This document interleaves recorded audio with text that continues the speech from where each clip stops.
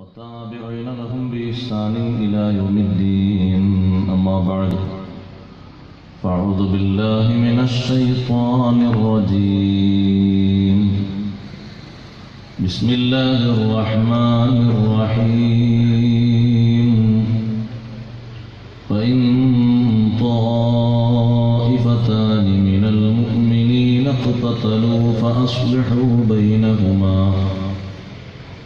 فإن بغت إحداهما على الأخرى فقاتلوا التي تبغي حتى تفيء إلى أمر الله، فإن فاءت فأصلحوا بينهما بالعدل وأقسطوا، إن الله يحب المقسطين.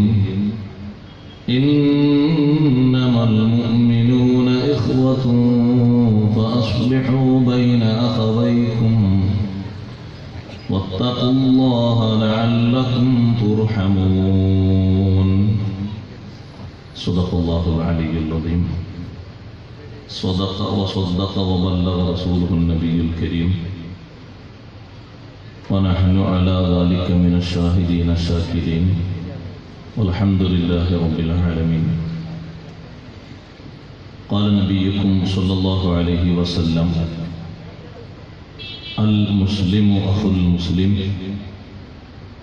لا يظلمه ولا يعيبه ولا يخذله ولا يتطاول عليه في البنيان فيستر عليه الريح إلا بإذنه، ولا يؤذيه بقتال قدره إلا أن يغرف له غرفة، ولا يشتري لبنيه الفاكهة فيخرجون بها إلى صبيان جاره ولا يطعمونهم منها. ثم قال النبي صلى الله عليه وسلم: احفظوا ولا يحفظ منكم إلا قليل. صدق شفيعنا رسول الله صلى الله عليه وسلم. يا سيد السادات جئتك قاصدا أرجو رضاك وأحتمي بهماك، يا سيد الثقلين يا كنز البراء، جد لي بجودك وارضني برضاك، أنا طامع بالجود منك ولم يكن لأبي حنيفة في الأنام سواك. ബഹുമാനമുള്ള സയ്യിദന്മാരെ, ഉസ്താദുമാരെ, പ്രിയപ്പെട്ട സഹോദരന്മാരെ, സഹോദരിമാരെ, സുഹൃത്തുക്കൾ,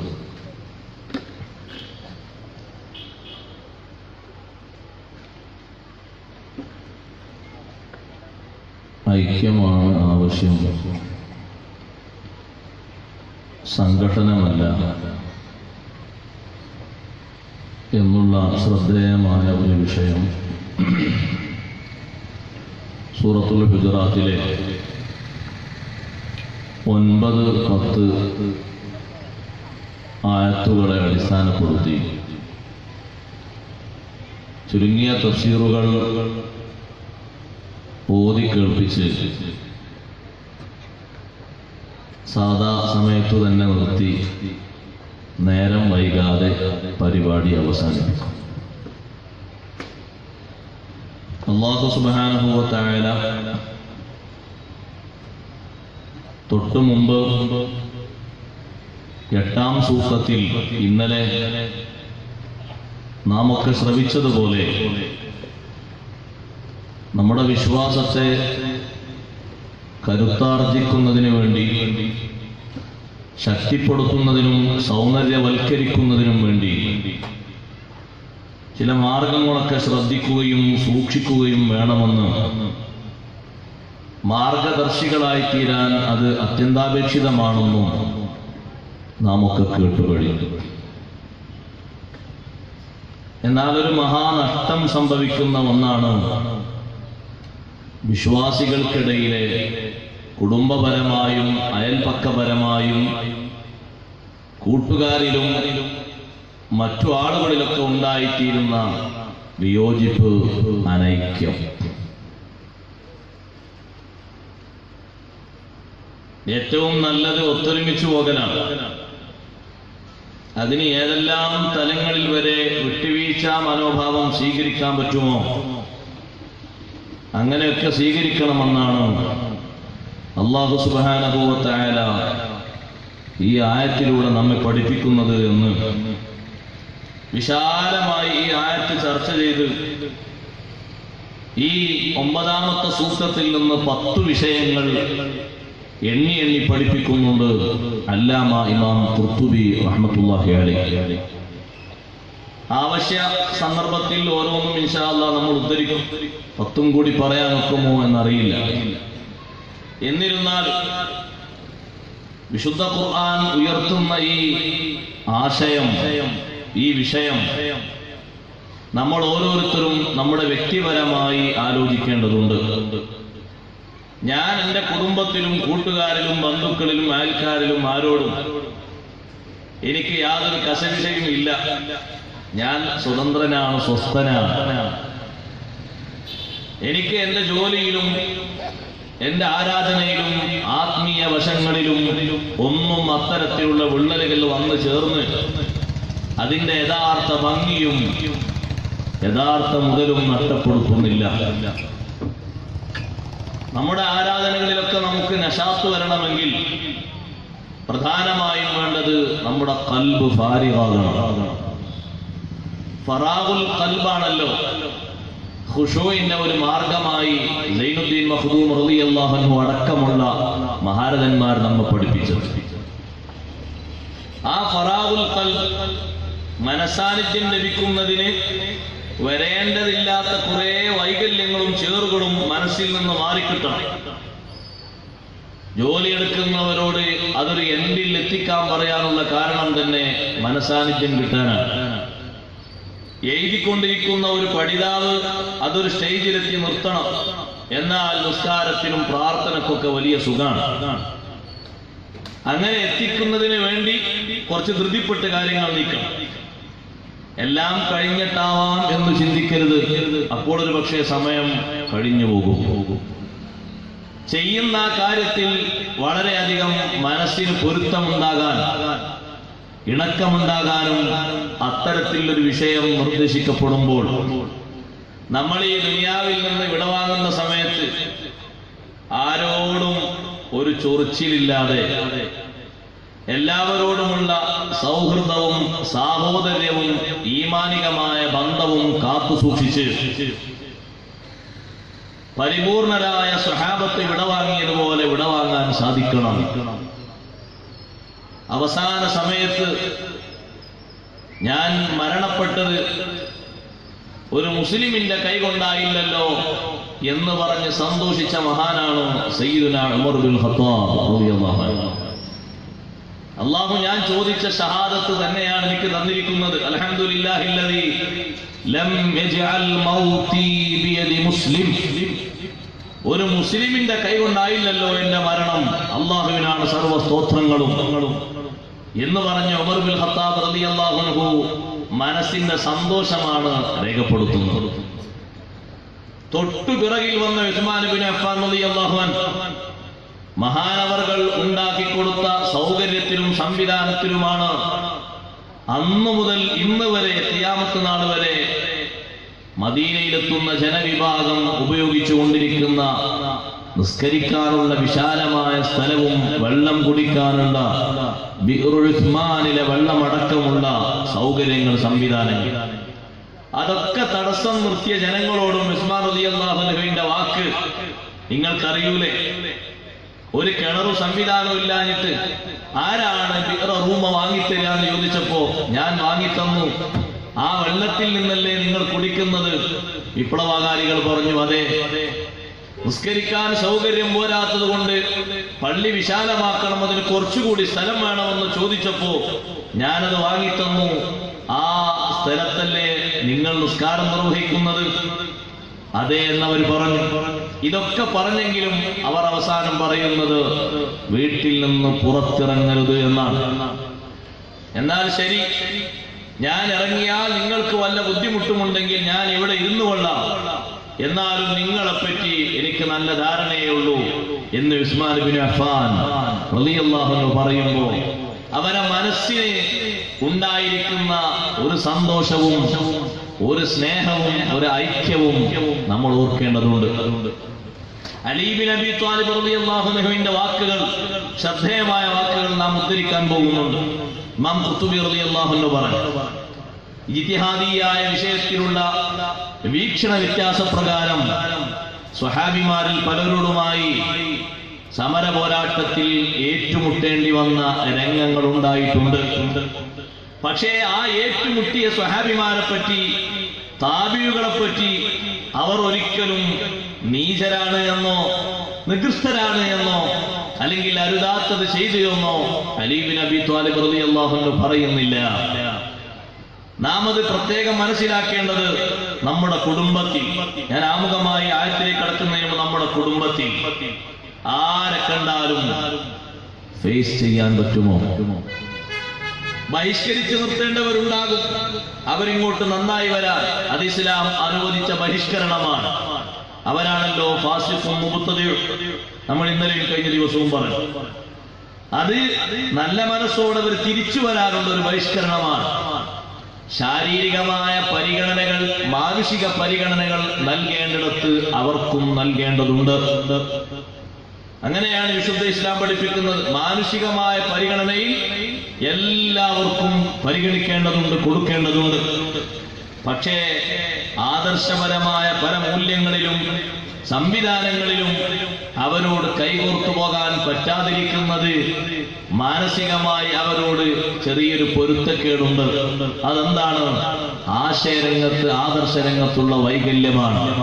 അപ്പോൾ അവരൊരു തിരിച്ചറിവിന് തയ്യാറായി ഞാൻ ഈ നിൽക്കുന്ന ആശയം ശരിയല്ലെന്ന് മനസ്സിലാക്കി ബോധ്യപ്പെട്ട് തിരിച്ചു വരാനുള്ള ഒരു താൽക്കാലിക ബഹിഷ്കരണം അതുണ്ട്. നബി സല്ലല്ലാഹു അലൈഹി വസല്ലം തങ്ങൾ നടപ്പാക്കിയിട്ടുണ്ട്, സ്വഹാബത്ത് നടപ്പാക്കിയിട്ടുണ്ട്, താബിയുകളും താബിയുകളും നടപ്പിലാക്കിയിട്ടുണ്ട്. ആ നിലക്കല്ലാതെ ഭൗതികമായ, സാമ്പത്തികമായ മറ്റു വല്ല നീക്കുപോക്കുകളുടെയും പിന്നിൽ പിണങ്ങിയിരിക്കുന്നവരുണ്ടെങ്കിൽ നമ്മൾ ഈ ആയത്ത് കേൾക്കലോടെ അല്പം മാറേണ്ടതാണ്. പിണക്കം ഇവിടെ മാത്രമുള്ള ഒരു ദുരിതമല്ല, ദുരന്തമല്ല. പാരത്രിക ലോകത്തും ദുരിതപൂർണമായ അവസ്ഥകളാണ് പിണങ്ങിയവർക്ക് വരാനുള്ളത്.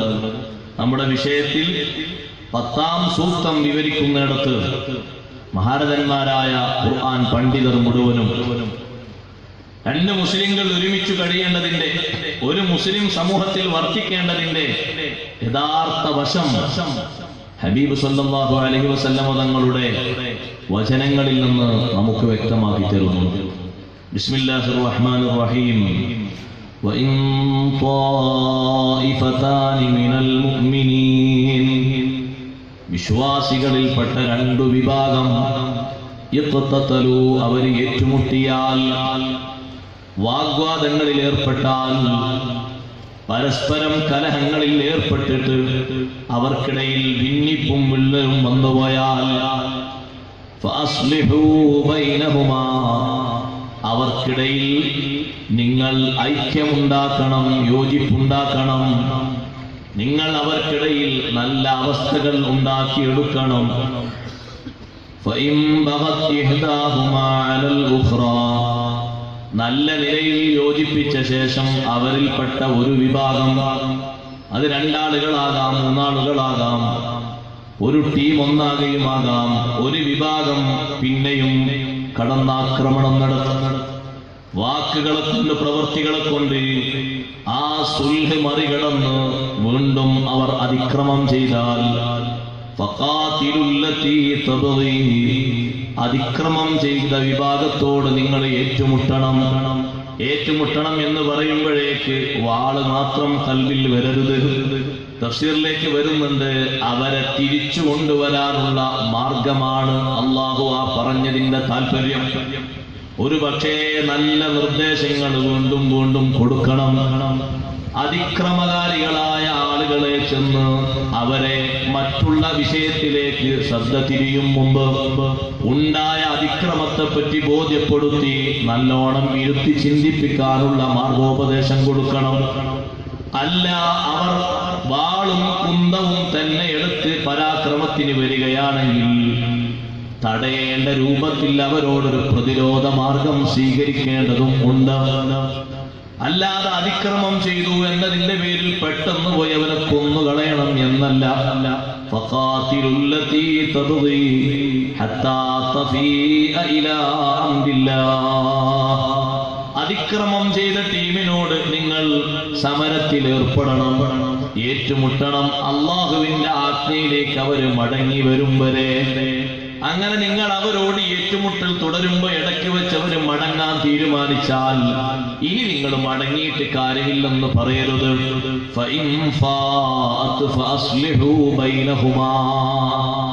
രണ്ടാമതും അവർ മടങ്ങി വന്ന് നന്നാകാൻ തീരുമാനിച്ചാൽ അവർക്കിടയിൽ നിങ്ങൾ രജ്ഞിപ്പുണ്ടാക്കണം. ബിൽ അദ്ലി, നയപരമായ മാർഗങ്ങൾ സ്വീകരിച്ചുകൊണ്ട്, ഉചിതമായ മാർഗങ്ങൾ സ്വീകരിച്ചുകൊണ്ട്, നീതിയുക്തമായ വഴികൾ നിറക്കിക്കൊണ്ട് അവർക്കിടയിൽ നിങ്ങൾ സുൽഹുണ്ടാക്കണം. അങ്ങനെ രണ്ട് വിഭാഗത്തിനും ഇടയിൽ കാര്യം പറയുമ്പോൾ പൂർണ്ണമായും നിങ്ങൾ നീതി പാലിക്കണം. ഇന്നല്ലാഹ യുഹിബ്ബുൽ മുഖ്സിതീൻ. നീതി പാലിച്ച് കാര്യങ്ങൾ കൈകാര്യം ചെയ്യുന്ന ആളുകളെ അല്ലാഹു ഇഷ്ടപ്പെടുന്നു എന്നത് നിശ്ചയം. ഈ ആയത്തിന്റെ അവതരണവും അതിന്റെ വിശദീകരണവുമൊക്കെ വിശാലമായി പറയുമ്പോൾ എല്ലായിടത്തേക്കും കാര്യങ്ങൾ ചെന്നെത്തും.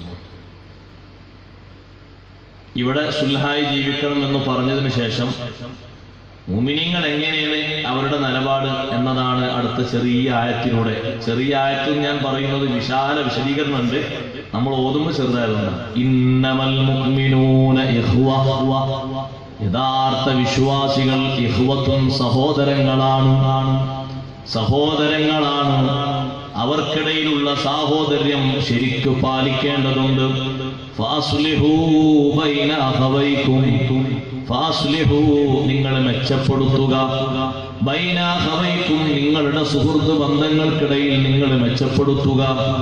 വത്തഖുല്ലാഹ ലഅല്ലകും തുർഹമൂൻ, അല്ലാഹുവിനെ സൂക്ഷിച്ച് ജീവിക്കുക, നിങ്ങൾക്ക് അനുഗ്രഹം ചെയ്യപ്പെടാൻ വേണ്ടി എന്ന് ഒറ്റ വാക്കിൽ അതിന് നമ്മൾ അർത്ഥം പറയുന്നു. വിശാലമായി പിന്നീട് പറയാം. ഇരിക്കട്ടെ, രണ്ട് വിഭാഗങ്ങൾ, അത് രണ്ട് ഗോത്രങ്ങളാകാം, അല്ലെങ്കിൽ രണ്ട് വ്യക്തികളാകാം, രണ്ട് അയൽക്കാരാകാം, രണ്ട് കുടുംബമാകാം, രണ്ട് ചേരി പ്രദേശത്തുകാരാകാം, രണ്ട് മതവിഭാഗങ്ങളിൽപ്പെട്ട രണ്ട് ടീമുകളാകാം. പക്ഷേ അതൊക്കെയുണ്ടെങ്കിലും ഇവിടെ പ്രധാനമായും പരാമർശിക്കുന്നത് മുഅ്മിനുകളെയാണ്. മുഅ്മിനുകളിൽ നിന്നുള്ള രണ്ട് വിഭാഗം ഇഖ്തതലൂ, അവരേറ്റുമുട്ടിയാൽ ഫഅസ്ലിഹൂ ബൈനഹുമാ, അവർക്കിടയിൽ നിങ്ങൾ സുൽഹുണ്ടാക്കണം. ഖുർആൻ പണ്ഡിതന്മാർ പഠിപ്പിക്കുന്നു എന്താണ് സുൽഹ് എന്ന് പറഞ്ഞാൽ ഉപകാരപ്രദമായ ഏറ്റവും നല്ല അവസ്ഥ ഉണ്ടാക്കിയെടുക്കുക. രണ്ട് വിഭാഗത്തിനും ഉപകാരം വേണം, രണ്ട് വിഭാഗത്തിനും നിലനിൽപ്പ് വേണം. അങ്ങനെയുള്ള അൽ ഹുസൂലു അലൽ ഹാലത്തിൽ മുസ്തഖീമത്തിൻ നാഫിഅ, ഉപകാരപ്രദമായ നല്ല അവസ്ഥ സൃഷ്ടിച്ചെടുക്കുക, അതാണ് യഥാർത്ഥത്തിലുള്ള സുൽഹ്. ആ സുൽഹ് ഉണ്ടാക്കിയെടുക്കേണ്ടതുണ്ട്. എങ്ങനെ? ബിന്നുസുഹി, ഉപദേശം കൊടുത്തുകൊണ്ട്, വദ്ദുആഇ ഇലാ ഹുക്മില്ലാഹ്, അല്ലാഹുവിന്റെ തീരുമാനത്തിലേക്ക് ക്ഷണിച്ചുകൊണ്ടും.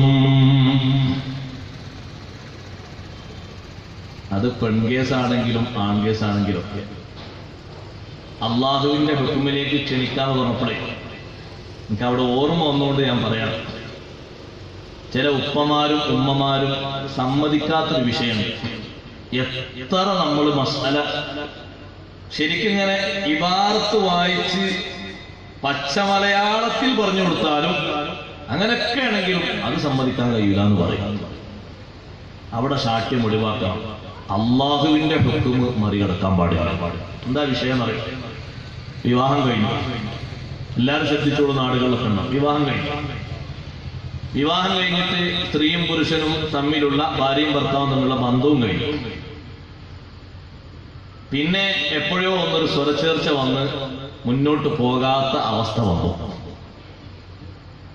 പിരിയാൻ വേണ്ടി ഒരുങ്ങുന്ന സമയത്ത് നൈ ഹക്കിടപാടുകളൊക്കെ പരസ്പരം പറഞ്ഞു തീർക്കുക. അപ്പൊ ഭർത്താവിന്റെ പക്ഷം, ഭർത്താവിന്റെ ഉപ്പ പറഞ്ഞു, എന്ത് തന്നെയായാലും ഒരു 5 പവൻ അങ്ങോട്ട് കൊടുത്തിട്ട് നമുക്ക് കിട്ടിയേ പറ്റൂ. ഇത് മഹറാണ്. അള്ളാഹുവിന്റെ നിയമത്തിനെതിരെയാണ് ആ ശബ്ദിക്കുന്നത്.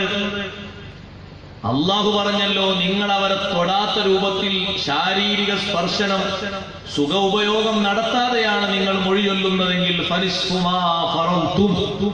നിങ്ങൾ നിശ്ചയിച്ചു കൊടുത്തതിന്റെ പകുതിയെ നിങ്ങൾ കൊള്ളും. അതേ സമയത്ത് ശാരീരിക ബന്ധം പുലർത്തിയാൽ പെണ്ണിന് അല്ലാഹു തആല കൊടുക്കുന്ന വലിയ മഹത്വമാണ്. ആ മഹർ മുഴുവനും അവളുടെ അവകാശ സമ്പത്താണ്. അത് തിരിച്ചു വാങ്ങാൻ ഭർത്താവിനോ ഭർത്താവിന്റെ പിതാവിനോ ഒരു കോടതിക്കോ അധികാരമില്ല. പക്ഷെ അവിടെ ശാഠ്യം പിടിക്കാം. ഭാര്യയുടെ കുടുംബക്കാര് പറയണമെന്ന് ത്വലാഖില്ലി തരണം എന്ന് പറയുമ്പോൾ മറ്റോരെന്താ പറഞ്ഞത്? ത്വലാഖങ്ങോട്ട് എഴുതി റെഡിയാക്കി തരണമെങ്കിൽ ആ 5 പവൻ ഇങ്ങോട്ട് വെക്കണം. അപ്പൊ നമ്മൾ മസ്ലഹത്ത് നിനക്ക് പറയാൻ, പിന്നെ ഇത് തീർത്തും നിങ്ങൾക്ക് നിഷേധിക്കപ്പെട്ട ഒരു സ്വത്താണ്, നിഷിദ്ധമായ ഒരു സമ്പത്താണ് നിങ്ങൾ വാങ്ങുന്നത്. നിങ്ങൾ അങ്ങനൊക്കെ പറഞ്ഞാലും അത് ഇവിടെ വെക്കണം എന്ന് പറയും. പിന്നെ അപ്പൊ നമ്മൾ അതിന്റെ ഹക്ക് പോലെ പറഞ്ഞാലും പറയും, അങ്ങനൊക്കെ ശരിയാണെങ്കിലും അത് ഇവിടെ വെക്കണം. അള്ളാഹുവിന്റെ ഹുക്മ് മറികടന്നുകൊണ്ടൊരു സുൽഹ് നടക്കൂല. അള്ളാഹുവിന്റെ വിധി ഏതാണോ ആ വിധി അംഗീകരിക്കേണ്ടേ. അത് മറികടന്നിട്ടുണ്ടോ മറ്റൊരു കാര്യം സഹോദരങ്ങളെ, നമ്മൾ ശരിക്കും ആലോചിക്കേണ്ടതുണ്ട്. അങ്ങനെ വാങ്ങിവെച്ചവർ ഉണ്ടെങ്കിൽ അതാ പെണ്ണിന്റെ ഹക്കാണ്. നിങ്ങൾ മരിക്കുന്നതിന്റെ മുമ്പ് ബോധ്യമായത് ഇപ്പോഴാണെങ്കിൽ തിരിച്ചു കൊടുക്കണം. ഒരാളുടെയും മസ്ലഹത്ത് നിങ്ങൾ കേട്ടിട്ടില്ല. നിങ്ങൾ 5 പവനാ നിങ്ങൾക്ക് വലുപ്പമുള്ളത്, പക്ഷേ ത്വലാഖ് നിങ്ങൾ ചൊല്ലിക്കഴിഞ്ഞാലും ആരാന്റെ ഹക്ക് നിങ്ങളെ കയ്യിലാണ്. ആ പെണ്ണിന് കൊടുക്കേണ്ടതാണ്. ഇനി സത്യത്തിൽ അത് 100 പവനാണ് മഹർ കൊടുത്തതെങ്കിലും വിശുദ്ധ ഇസ്ലാം അള്ളാഹു പഠിപ്പിക്കുന്ന നിയമം അങ്ങനെയാണ്. ആ പെണ്ണിന്റെ ശരീരവുമായി പുരുഷൻ ബന്ധപ്പെട്ട് കഴിഞ്ഞു. ഭാര്യ ഭർത്താക്കന്മാര് ബന്ധപ്പെടുന്ന രീതിയിലുള്ള ബന്ധം നടന്നുവെങ്കിൽ ഒരൊറ്റ പ്രാവശ്യമാണെങ്കിലും ശരി, മഹർ മുഴുവനും സ്ഥിരപ്പെട്ടുപോയി. വാങ്ങാൻ പറ്റില്ല.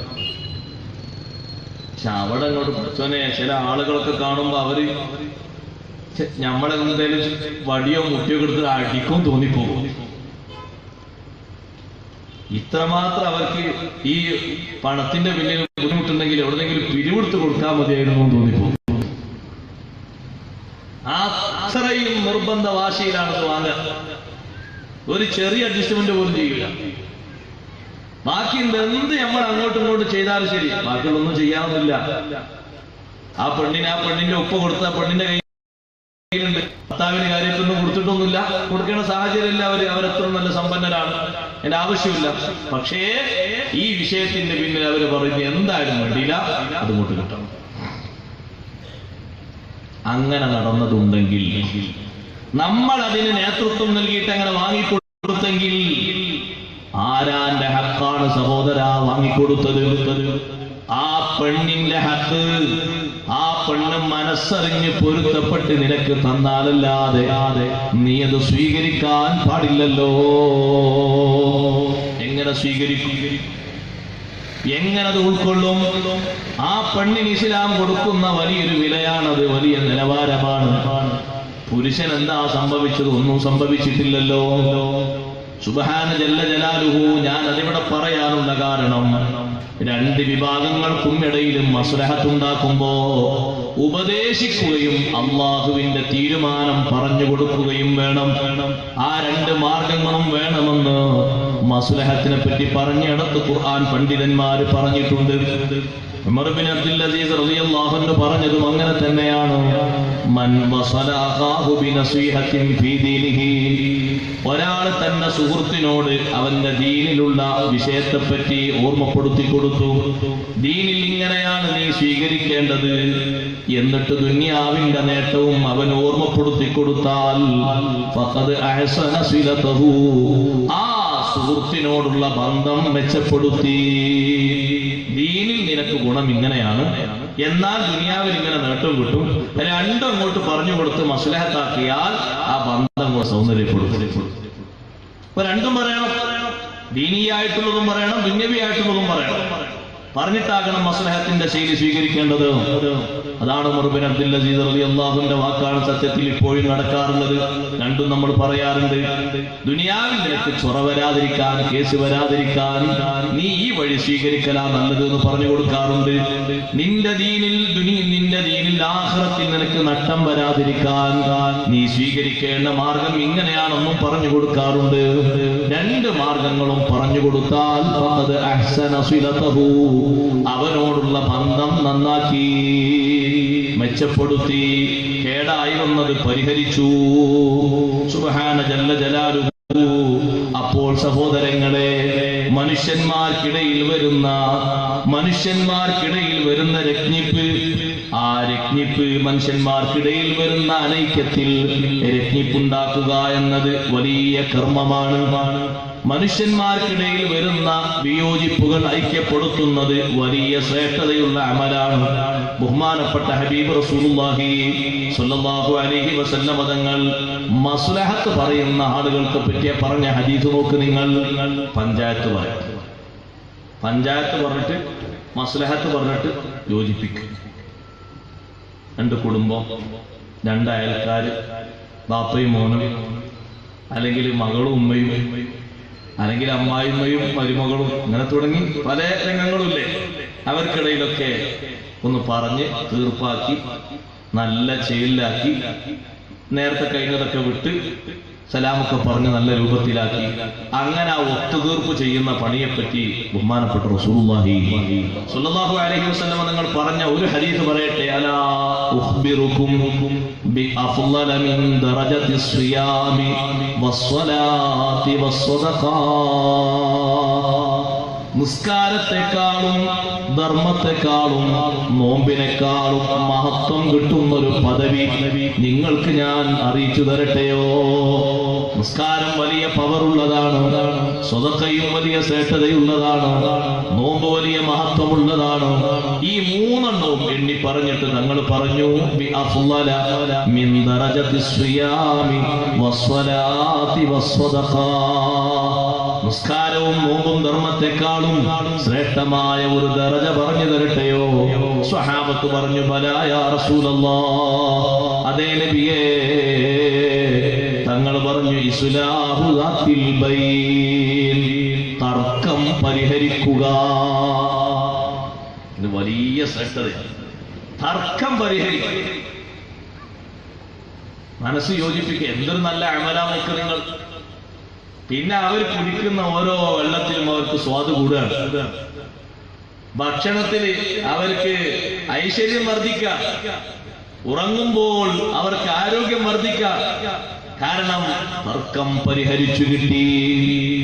അപ്പോൾ ഒരു മനുഷ്യൻ ചെയ്യുന്ന കർമ്മങ്ങളിൽ അതിന് വലിയ മഹത്വമുണ്ട്. അതാണ് അള്ളാഹുവിടെ പറയുന്നത്,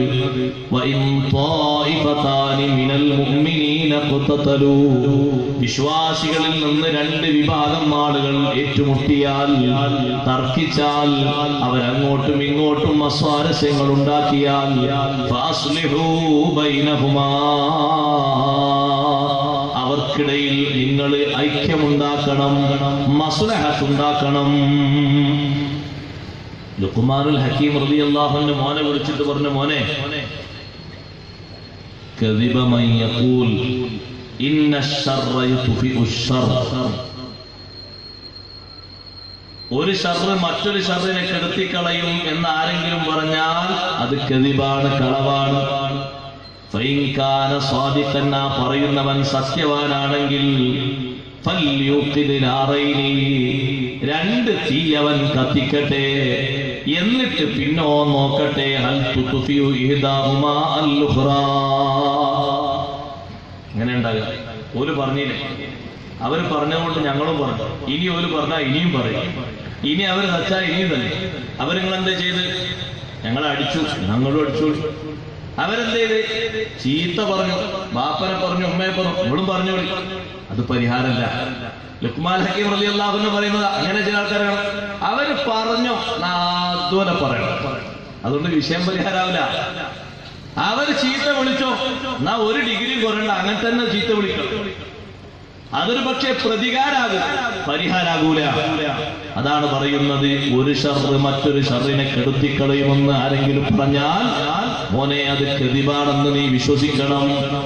പറയുന്ന ആള് സത്യവാനാണെങ്കിൽ അയാൾ 2 തീ കത്തിക്കട്ടെ.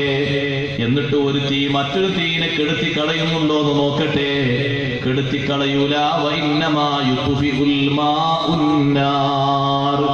തീനെ കെടുത്തുന്നത് വെള്ളമാണ്, വെള്ളം തീനെ കെടുത്തിക്കളയും. അതേ രൂപത്തിൽ ഷർറിനെ കെടുത്തുന്നത് ഖൈറാണ്. ഷർറിനെ ഷർറ് കെടുത്തൂല, ഷർറിനെ കെടുത്തുന്നത് ഖൈറാണ്. അപ്പൊ അസ്വാരസ്യം ഉണ്ടാവുക എന്നത് ഷർറാണ്. ആ ഷർറിന് മറ്റൊരു ഷർറല്ല ഉണ്ടാക്കേണ്ടത്, വേറെ ഒരു ഖൈറുണ്ടാക്കിയിട്ട് അത് പരിഹരിച്ചു കൊടുക്കണം, അടച്ചു കൊടുക്കണം. അതുകൊണ്ടാണ് സഹോദരങ്ങളെ, മറ്റൊരാളെ മസ്ലഹത്തിന് വേണ്ടി നമ്മൾ പ്രവർത്തിക്കണം. ഞാനതിന്റെ ആ അവതരണ പശ്ചാത്തലം പറയുന്ന മുമ്പ് പറയട്ടെ. വേറെ ഒരാളെ മസ്ലഹത്തിന് വേണ്ടി 2 ആൾക്കാരെ തമ്മിൽ യോജിപ്പിക്കുന്നതിന് നമ്മൾ പോകുക എന്നുള്ളത് ചെറിയ കാര്യമല്ല. പ്രിയപ്പെട്ട സഹോദരിമാരെ, ആ അപ്പുറത്തുള്ള കുടുംബത്തിൽ എന്നും അമ്മായിമ്മയും മരുമോളും തമ്മിൽ അങ്ങോട്ടും ഇങ്ങോട്ടും വക്കാണല്ലാത്തൊരു ദിവസമില്ല. നമ്മൾ ഇങ്ങനെ ആലോചിക്കണം, എന്താണ് മാർഗം? ഒന്ന് അവരൊന്ന് യോജിപ്പിലാക്കാം. എവിടെയാണ് വിഷയത്തിൽ മർമ്മം കിടക്കുന്നത്? ഒന്ന് ചിന്തിച്ച് ആലോചിച്ച് അതൊന്ന് പരിഹരിച്ചു കൊടുത്താൽ നമ്മൾ നിരക്കാത്ത പദവി അല്ലാഹു നമുക്ക് തരും. കണ്ടില്ലേ അതിന് മഹാന്മാര് തെളിവ് പറയുന്നത്? മറ്റൊരാളെ മസ്ലഹത്തിന് വേണ്ടി പോയാൽ, മറ്റൊരാൾക്ക് നന്മ കിട്ടുന്ന കാര്യത്തിന് വേണ്ടി പോയാൽ നമ്മൾ പ്രതീക്ഷിക്കാത്ത പദവി അല്ലാഹു തരുമെന്നതിന് മഹാന്മാര് ഉദാഹരണം പറയുന്നത് കലീമുല്ലാഹി മൂസാ അലൈഹിസ്സലാം. മൂസാ നബി അലൈഹിസ്സലാം മദീനയിൽ നിന്ന് വരികയാണ്.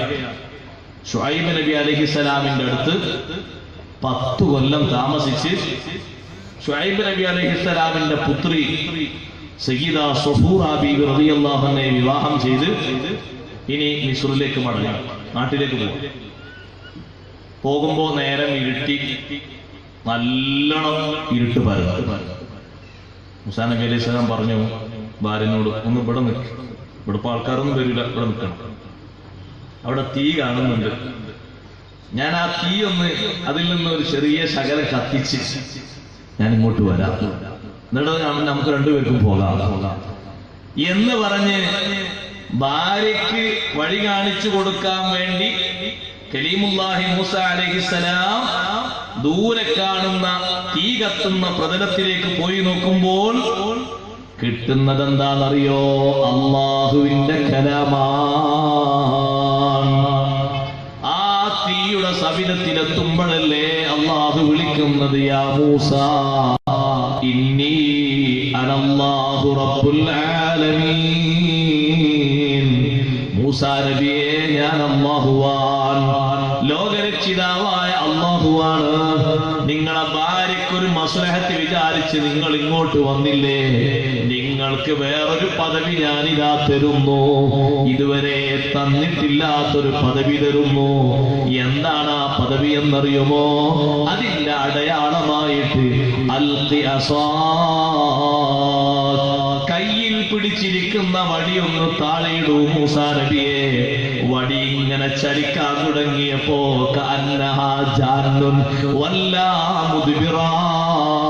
വടി ഇങ്ങനെ ചലിക്കാൻ തുടങ്ങിയപ്പോ മൂസാ നബി അലൈഹിസ്സലാം ഒന്ന് പിറകോട്ട് നിന്നപ്പോ, വേണ്ട, യാ മൂസാ ലാ തഖഫ്, പേടിക്കരുത്, ഇന്നീ ലാ യഖാഫു ലദയ്യൽ മുർസലൂൻ, മുർസലുകൾ എന്റെ സവിധത്തിൽ പേടിയുള്ളവരല്ല. നിങ്ങൾ ആ വടിയുടെ ഒരു ഭാഗം പിടിക്കൂ, അത് പൂർവ്വസ്ഥിതിയിലാകും. അതേ, ഈ വടിയും നിങ്ങളുടെ കൈയൊന്നെടുത്തിട്ട് കക്ഷത്തിന്റെ അടിഭാഗത്തൊന്ന് വെച്ച് ഒന്ന് പുറത്തേക്ക് എടുക്കൂ. കണ്ടില്ലേ നിങ്ങൾ സുന്ദരമായ പ്രകാശരശ്മികൾ കൈകളിൽ നിന്ന് വിരലുകളിൽ നിന്ന് അടിച്ചു വീശുന്നത് കണ്ടില്ലേ? ഇത് രണ്ടും നിങ്ങൾ സ്വീകരിച്ചുകൊണ്ട് ഇദ്ഹബ് ഇലാ ഫിർഔൻ, നിങ്ങൾ ഫിർഔനിലേക്ക് പോകണം, നിങ്ങളെ ഞാൻ റസൂലായി നിശ്ചയിച്ചു. അല്ലാഹു ജല്ല ജലാലുഹു പറയും. ആ വിഷയം തെളിവെടുത്തുകൊണ്ട്, ഞാൻ ആ ഇബാറത്തൊന്നും വായിക്കുന്നില്ല, നേരം ഉണ്ടാകൂല എന്ന് വിചാരിച്ചുകൊണ്ട് ആ വിഷയം തെളിവ്. മൂസാ നബി അലൈഹി സ്വലാമിൽ അങ്ങനെ ചിന്ത പോലുള്ളല്ലോ മനസ്സിൽ. ഞാനിപ്പോ ആ തീയിന്റെ അടുത്ത് പോയാൽ എനിക്ക് ഇങ്ങനെ അല്ലാഹു തആലയുടെ കലാം കിട്ടുന്നു, ഒരു ചിന്തയില്ല, അങ്ങനെ മനസ്സിൽ ഉദിച്ചിട്ട് പോലുമില്ല. സഫൂറ ബീവിയോട് പറഞ്ഞു, ഒന്ന് നിൽക്ക്, നമുക്ക് വഴി കാണാൻ അവിടുന്ന് ഒന്ന് ഒരു ചൂട്ട് കത്തിച്ചു കൊണ്ടുവന്നാലേ അതുകൊണ്ട് അങ്ങനെ പോകാതെ സുഖാണല്ലോ. ആ ഒരു മസ്ലഹത്തിന് വേണ്ടി പോയപ്പോ അള്ളാഹു കൊടുത്തത് എന്താ? റിസാലത്താണ്, അള്ളാഹുവിന്റെ കലാമല്ലേ. അല്ലാഹു തആല കൊടുത്തില്ലേ സുന്ദരമായ അർത്ഥത്തിൽ. മുർസലുകളിൽ ഉന്നത പദവിയല്ലേ കിട്ടുന്നത്. തിൽക്കർ റുസുലു ഫളൽനാ ബഅദഹും അലാ ബഅദ് മിൻഹും മൻ കല്ലമല്ലാഹ്. മുർസലുകൾ വ്യത്യസ്ത പദവിയുള്ളവരാണ്. അവരിൽ ഏറ്റവും ഉന്നത പദവിയുള്ളവർ മിൻഹും മൻ കല്ലമല്ലാഹ്, അല്ലാഹു സംവദിച്ചവരാണ്. അല്ലാഹുവിന്റെ കലാം ശ്രവിച്ചവർ, അല്ലാഹു സംസാരിച്ചവർ. അതിൽപ്പെട്ട കലീമുല്ലാഹി മൂസ അലൈഹിസ്സലാത്തു വസ്സലാമിന് മറ്റുള്ളവരുടെ ആവശ്യ നിർവഹണത്തിന് വേണ്ടി പോയപ്പോൾ ഇങ്ങനെ ലഭിച്ചെങ്കിൽ കാക്കക്കാരണവന്മാരോട് പറയട്ടെ, ഉമ്മമാരോട് പറയട്ടെ, ഉപ്പമാരോട് പറയട്ടെ, സമൂഹത്തിൽ വ്യത്യസ്ത ഗ്രേഡുകളിൽ ജീവിക്കുന്ന പ്രതിനിധികളോട് പറയട്ടെ, എന്തെങ്കിലും ഒരു അപ്പുറത്തുള്ള ആളുകളിൽ അസ്വാരസ്യങ്ങൾ ഉണ്ടെന്നറിഞ്ഞാൽ പുറം നാടുകളെ മൊത്തം അറിയിക്കാതെ പരിഹരിക്കാനുള്ള വഴി നിങ്ങളിൽ ഉണ്ടെങ്കിൽ അത് ഉപയോഗപ്പെടുത്തണം.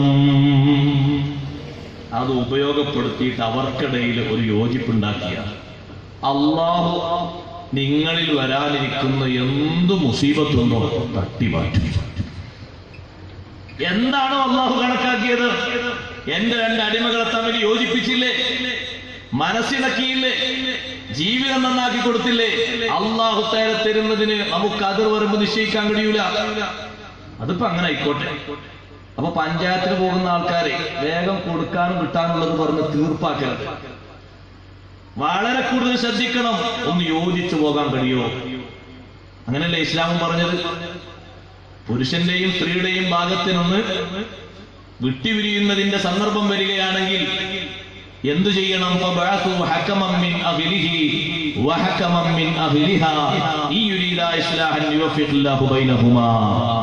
പുരുഷന്റെ ഭാഗത്തിനൊന്നും സ്ത്രീയുടെ ഭാഗത്തിനൊന്നും രണ്ട് മധ്യസ്ഥന്മാർ പോകണം. എന്തിനാ അവര് പോകുന്നത്? അവര് പോയിട്ട് ചർച്ച ചെയ്തിട്ട് അവർ രണ്ടുപേരും സുൽഹാൻ ഉദ്ദേശിക്കുന്നതെങ്കിൽ ആ ഭാര്യ ഭർത്താക്കന്മാർക്കിടയിൽ അല്ലാഹു തആല യോജിപ്പ് നൽകും. പിന്നിപ്പാട് പേടി. അപ്പൊ എന്തെങ്കിലും വിഷയത്തിൽ പോയിട്ട് യോജിക്കാനൊക്കെ കഴിയും, ഒന്ന് വിളിച്ചൊന്നുകൂടി സംസാരിച്ചാലെന്ന് പറയുമ്പോൾ നമ്മൾ കാരണവന്മാരായിട്ട് പോയിട്ട് എന്തെങ്കിലും കിട്ടാണ്ടോ? ആ കുറച്ച് കിട്ടാണ്ട്. എന്തെങ്കിലും കൊടുക്കാണ്ടോ? കുറച്ച് കൊടുക്കാം. ഞാൻ കൊടുക്കി കിട്ടി ഒന്ന് എഴുതിക്കാൻ തീർന്ന് എന്നേക്കുമായി തീർന്ന്. അങ്ങനെ പിന്നെ 10 കൊല്ലം കഴിയുമ്പോൾ അവർ ചിന്തിക്കാണ് ഒന്ന് യോജിച്ചാൽ തിരക്കണില്ല. ആ രണ്ട് മക്കളുണ്ടായിരുന്നു അന്ന്, 2 കുട്ടികൾ. അവരുമ്മാനോട് അല്ല ഉമ്മ, എന്ത് കാരണത്തിലാണ് ബാപ്പയും മോളും തമ്മിൽ പിരിഞ്ഞ്? അപ്പൊ ഉമ്മ കുറെ ഇങ്ങനെ ആലോചിച്ച് പറയണം, ഞങ്ങളുടെ ഇടയിൽ പ്രശ്നമില്ല, അത് നിന്റെ അമ്മയും നിങ്ങളെ ബാപ്പാന്റെ അമ്മയും തമ്മിൽ എവിടുന്നോ ഒരു കച്ചറുണ്ടായി, അതിന്റെ പേരിൽ പിരിഞ്ഞതാ. മക്കളെ അവർ തമ്മിലുള്ള അസ്വാരസ്യത്തിന്റെ പിന്നെ ഞങ്ങൾ പിരിയേണ്ടി വന്നു. അപ്പൊ മക്കൾ ചോദിക്കാണ്, ഞങ്ങളെ ബാപ്പ തന്നെ, ബാപ്പ വേറെ കല്യാണം കഴിച്ചമ്മ ഇല്ല, ബാപ്പ അങ്ങനെ ആ വീട്ടിലങ്ങനെ താമസിക്കുന്നുണ്ട്, പെങ്ങന്മാരും മറ്റൊക്കെ ഉണ്ട്. ഒന്ന് യോജിപ്പുണ്ടാക്കിയാൽ നടക്കുമോ? കൊല്ലം 25 കഴിഞ്ഞിട്ടുണ്ട്. ഞാൻ അതിന്റെ ചരിത്രമൊന്നും പറയില്ല, വർത്തമാനകാലത്ത് നടക്കുന്ന 25 കഴിഞ്ഞിട്ട്. ഉമ്മ പറയാണ് എനിക്ക് സമ്മതാണ്. എന്നാ വേർപിരിഞ്ഞത് 24-ാം വയസ്സാണ്. ഇപ്പൊ 50-നോടടുത്തു. മക്കള് വലുതായി അത്യാവശ്യം ജോലിയിലേക്ക് കടക്കാനാകുമ്പോ അവർക്കൊരു ബോധോദയം, അവർ ചിന്തിക്കാൻ ഒരു മസ്ലഹത്തിന്റെ വഴി. ഉമ്മ പറയുന്നു എനിക്ക് കുഴപ്പമൊന്നുമില്ല, അവരെ ഭാഗത്ത് കുഴപ്പമുണ്ട്, എനിക്ക് കുഴപ്പമൊന്നുമില്ല. അപ്പൊ ഒരാൾ വിട്ട് വാപ്പ വിളിച്ച് വാപ്പ പറഞ്ഞു ഞാനെന്നോ കരുതുന്നുണ്ട്, പക്ഷെ നടക്കൂലെന്ന് കരുതിയിട്ടാണ് ഉണ്ടെങ്കിൽ. അപ്പൊ നേരത്തെ പ്രശ്നമൊന്നുമില്ല. പോയ മധ്യസ്ഥന്മാരെന്ത് ചെയ്തു? നീ കൊടുക്കാണ്ടോ? ആള് കൊടുക്കി. നീ കിട്ടാണ്ടോ? അങ്ങോട്ട് ഇങ്ങനെ ഇരിക്കാൻ പിരിച്ചു. ഇതിന് പോകരുത്. ഇതാണ് അല്ലാഹു പറയുന്നത്, ഈ യുരീദാ ഇസ്ലാഹൻ യുവഫിഖില്ലാഹു ബൈനഹുമാ. പോകുന്ന മധ്യസ്ഥന്മാര് ഐക്യമാണ് ഉദ്ദേശിക്കുന്നതെങ്കിൽ യുവഫിഖില്ലാഹു ബൈനഹുമാ, ആ ഭാര്യ ഭർത്താക്കന്മാർക്കിടയിൽ അല്ലാഹു യോജിപ്പ് നൽകും. നിങ്ങൾ നൽകണ്ട, അല്ലാഹു നൽകും. പക്ഷെ ഉദ്ദേശിക്കുന്ന മസ്ലഹത്താണ്. അത് ഞാൻ തിരിച്ചാണ്. അങ്ങനെയാണ് ഇങ്ങനെയാണ്. കോർണിയുടെ ഏത് ഭാഗത്തുണ്ടാവും? അപ്പുറത്തുണ്ടാകും, വൈകല്യം ഇപ്പുറത്തും ഉണ്ടാകും. പക്ഷെ വൈകല്യം ഏതെങ്കിലും രൂപത്തിൽ മാത്രം കണ്ട് മുറിക്കരുത്. ഇപ്പുറത്തെ നന്മയുണ്ടാകും, അപ്പുറത്തും നന്മയുണ്ടാകും. ആ നന്മകളുടെ ഭാഗം കണ്ട് ചേർത്ത് കൊടുക്കണം. അങ്ങനെ വേണ്ടത്. അപ്പൊ ഇപ്പൊ പറഞ്ഞ വിഷയം എന്താ? മസ്ലഹത്തിന് ആരെങ്കിലും ക്ഷണിച്ച് നമ്മളോട് പറയാം നിങ്ങളൊന്നും ആ വിഷയത്തിൽ നിന്ന് ഇടപെടണം. ഞാൻ ഇടപെടൂല. എന്താ നിങ്ങൾ ഇടപെട്ടാല് നിങ്ങൾക്ക് എന്തെങ്കിലും കിട്ടുന്നത് കുറഞ്ഞോ എന്നുള്ള പേടിയോ? സുഹൃത്തെ, ഒരു ചെറിയ ഭാഗം പറ്റുമോ? ഒന്ന് വിളിച്ച് അന്വേഷിച്ച് ബാധ്യത നിർവഹിക്കുന്ന രൂപത്തിൽ ഉണർത്തി കൊടുക്കാൻ പറ്റുമോ? അള്ളാഹു തരുന്ന ദറജക്ക് കണക്കില്ല. മസ്ലഹത്തിന് കഴിയുമെങ്കിൽ ആ മാർഗം സ്വീകരിക്കണം.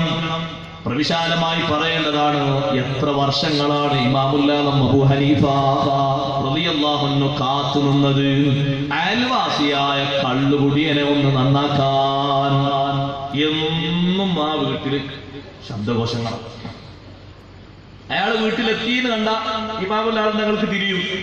മഹാനവറുകൾ ഇശാ നിസ്കാരമൊക്കെ കഴിഞ്ഞ് പള്ളിയിൽ നിന്ന് ഇങ്ങനെ വന്ന് വീട്ടിലെത്തിയാൽ അയൽവാസി ഉണ്ടാകും ഇങ്ങനെ കുടിച്ച് മതോന്മത്തനായിട്ട് ഇങ്ങനെ പാട്ട് പാടുന്നുണ്ട്. അല്ലാഹുനി വഅയ്യു ഫതൻ അല്ലാഹു ലിയൗമി കരീഹതിൻ വസിദാദി തഗ്രി. പാട്ട് ഇങ്ങനെ പാടുക. പാട്ട് പാടിക്കഴിഞ്ഞ് നിർത്തിയാൽ പിന്നെ ഒച്ചപ്പാട് തുടങ്ങി.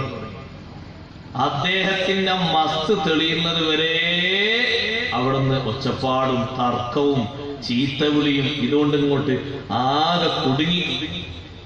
ഇമാമുല്ലാദം തങ്ങൾ എന്താ കരുതുന്നത്? ഒരു ചാൻസ് എപ്പോഴെങ്കിലും അല്ലാഹു ഒന്ന് കിട്ടിയെങ്കിൽ ഒന്നും ഉപദേശിക്കായിരുന്നു. എപ്പോഴെങ്കിലും പറ്റുന്നൊരു ചാൻസ് കിട്ടണമല്ലോ, അത് കാത്തു കഴിയാം. ഒരു ദിവസം വന്നപ്പോ ശബ്ദം കേൾക്കുന്നില്ല. ഭാര്യയോട് ചോദിച്ചു, അല്ല ഇന്നിപ്പോ പാട്ടൊന്നുമില്ലല്ലോ, എന്താ പാട്ടില്ലാത്ത? അപ്പൊ ഭാര്യ പറഞ്ഞു, ഉച്ചക്ക് പോലീസുകാർ പിടിച്ചുകൊണ്ടിരുന്നു. പഠിച്ചവനെ പോലീസുകാരും ഉണ്ടായി. പരാതി കൊടുത്താരാ? പരാതി കൊടുത്ത് ബാപ്പ, ഉമ്മ, ഭാര്യ, മക്കൾ എല്ലാരും പരാതി എല്ലാവരും കൊടുത്തു. കാരണം എല്ലാവർക്കും ശല്യമായി. മക്കൾക്ക് ഈ പിതാവ് ശല്യമായി വർത്തിച്ചു. അവരെയും ആക്രമിക്കാൻ തുടങ്ങി. കൊണ്ടുപോയി. ആ സ്പോട്ടിൽ പാതിരാത്രിയിൽ തന്നെ ഇശാ നിസ്കാരം കഴിഞ്ഞ് വന്ന് ഭക്ഷണം കഴിച്ച ഉടനെ തന്നെ വാഹനമെടുത്ത് ഇമാമുല്ലാദം അബൂ ഹനീഫത്തുൽ കൂഫി റളിയല്ലാഹു അൻഹു, എത്ര വലിയ ഗ്രേഡുള്ള മഹാനാണ്. അവരെ ബർക്കത്തുകൊണ്ട് അല്ലാഹു നമുക്ക് ഇൽമേറ്റി തരട്ടെ. അബൂ ഹനീഫ ഇമാം തങ്ങളെ പിന്നാലെ നടന്നിട്ട് ഒന്ന് കാറ്റ് തട്ടിയാൽ മതി, നമ്മുടെ കൽബിന്റെ കീടങ്ങളൊക്കെ കരിഞ്ഞു പോകും. അത്തരത്തിൽ പ്രകാശരശ്മികൾ വിളിച്ച മഹാനാണ്. ലോകത്തുള്ള മുഴുവൻ പണ്ഡിതന്മാരും ഫിഖ്ഹ് സ്വീകരിച്ച്, അറിവ് സ്വീകരിച്ച് സന്താനങ്ങളായി വർത്തിച്ചത് ആ ഇമാമിന്റെ മക്കളായിട്ടാണ്. അന്നാസു കുല്ലുഹും റിയാലു അബീ ഹനീഫത ഫിൽ ഫിഖ്ഹ്. വിവരം നേടിയതിൽ സർവ്വ പണ്ഡിതന്മാരും അബൂ ഹനീഫ റളിയല്ലാഹു അൻഹുവിന്റെ സന്താനങ്ങളാണെന്ന് പണ്ഡിത ലോകം ഏകോപിച്ച് പറയുന്ന ഒരു വിഷയമാണ്. അത്തരത്തിൽ ഇൽമുള്ള മഹാൻ ജയിലിലേക്ക് പോകുന്നു. ജയിലിൽ എത്തുന്നത് രാത്രിയല്ലേ. ജയിൽ സൂപ്രണ്ടുമാരും ഉദ്യോഗസ്ഥന്മാരും പുറത്തേക്ക് ഓടിയിറങ്ങി. അല്ല ഇമാം അവർകളെ, വീട്ടിൽ നിന്ന് പള്ളിയിലേക്ക്, പള്ളിയിൽ നിന്ന് വീട്ടിലേക്കുള്ള റൂട്ടാണല്ലോ പതിവുള്ളത്. ഇന്നേരത്ത് ഇങ്ങോട്ട് വരേണ്ടതില്ലല്ലോ, ഒരു എഴുത്ത് കൊടുത്തയച്ചാൽ പോരെ. ആ സമയത്ത് ഇമാമുല്ലാദം തങ്ങൾ പറഞ്ഞു, നിശ്ചയിച്ചു വന്നതാണ്, തീർപ്പാക്കി വന്നതാണ്, ഞാൻ ഉറപ്പിച്ചു വന്നതാണ്. എന്റെ അയൽക്കാരൻ നിങ്ങൾ പിടിച്ചുകൊണ്ടു വന്നിട്ടുണ്ടോ? അവരെ നിങ്ങൾ ശിക്ഷിക്കരുത്, ഞാനൊന്ന് പറഞ്ഞു നോക്കട്ടെ. ആ കുടുംബ സലാമത്തല്ല. തള്ളലല്ല, അതെല്ലാവർക്കും കഴിയും തള്ളൽ. ഓൻ കൂടി ആട് പോട്ടെ, മറ്റവനല്ല ഓനും പോട്ടെ, ഓനും പോട്ടെ, ഒലക്കെ പോട്ടെ, നമ്മൾ മാത്രം സ്വർഗത്തിൽ ഇങ്ങനെ. പണ്ട് കാണാതായി പോയാൽ ഓലെ പറഞ്ഞാൽ നമ്മൾ മാത്രം ഇങ്ങനെ സ്വർഗത്തിൽ, ബാക്കിയുള്ളതൊക്കെ നടക്കത്തില്ല. അങ്ങനെ പറ്റും. എന്തെങ്കിലും ഒരു ചെറിയ പഴുതുണ്ടോ, പറ്റുമോ, എങ്ങനെയെങ്കിലൊക്കെ നാം ഒപ്പിച്ചു. മദ്യപിക്കൂല, എനിക്ക് റെക്കമെൻഡിന് നിങ്ങൾ വന്നല്ലോ അബൂ ഹനീഫ തങ്ങളെ, ഇനി ഞാൻ ഈ പണിക്കില്ല. എന്റെ കുടുംബം എനിക്ക് ശഫാഅത്തിന് വരില്ല, എന്റെ ഭാര്യ എനിക്ക് റെക്കമെൻഡിന് വരില്ല. കാരണം അതിനു മാത്രം ഞാൻ അവരെ ആക്രമിച്ചിട്ടുണ്ട്, ചീത്ത പറഞ്ഞിട്ടുണ്ട്, മാനഹാനി വരുത്തിയിട്ടുണ്ട്, ദേഹോപദ്രവം നടത്തിയിട്ടുണ്ട്. നിങ്ങൾ എനിക്ക് വേണ്ടി വന്നല്ലോ. കുടിയന് ഇനിയും കുടിക്കാനുള്ള സപ്പോർട്ട് കൊടുത്ത് പണം കൊടുത്ത് മോചിപ്പിക്കാൻ വന്നതല്ല. അങ്ങനെ ചിന്തിക്കരുത്. അങ്ങനെയും ഉണ്ട് കുറെ കള്ളന്മാര്. കുടിയന്മാരെയും മറ്റും പിടിച്ചു കൊണ്ടുപോയാൽ മറ്റുള്ളവർക്ക് കൈക്കൂലി കൊടുത്തിട്ട് ഇവരെ പതുക്കങ്ങോട്ട് തട്ടിക്കൊണ്ടുവരുന്നവരുണ്ട്. അതല്ല കേട്ടോ ഈ ശൈലി. വിളിച്ചുപദേശിച്ച് മസ്ലഹത്ത് ചെയ്ത് നന്നാക്കലാണ്. ഇമാമുൽ ആലം അബൂ ഹനീഫ തങ്ങൾ ജയിലിൽ സന്ദർശിച്ചു. അന്നത്തെ രാത്രി ജയിൽ പുള്ളികൾക്ക് മുഴുവനും പൊതുമാപ്പ് നൽകി. ഇമാം സുയൂത്തി തങ്ങൾ രേഖപ്പെടുത്തിയത് കാണാം. ഞാൻ പറഞ്ഞു വന്നത്, തർക്കം പരിഹരിക്കുന്നിടത്ത് മഹാന്മാര് മുന്നിട്ടിറങ്ങിയത് കണ്ടില്ലേ? അതുകൊണ്ട് അള്ളാഹുവിന്റെ കൽപ്പന പാലിക്കണം.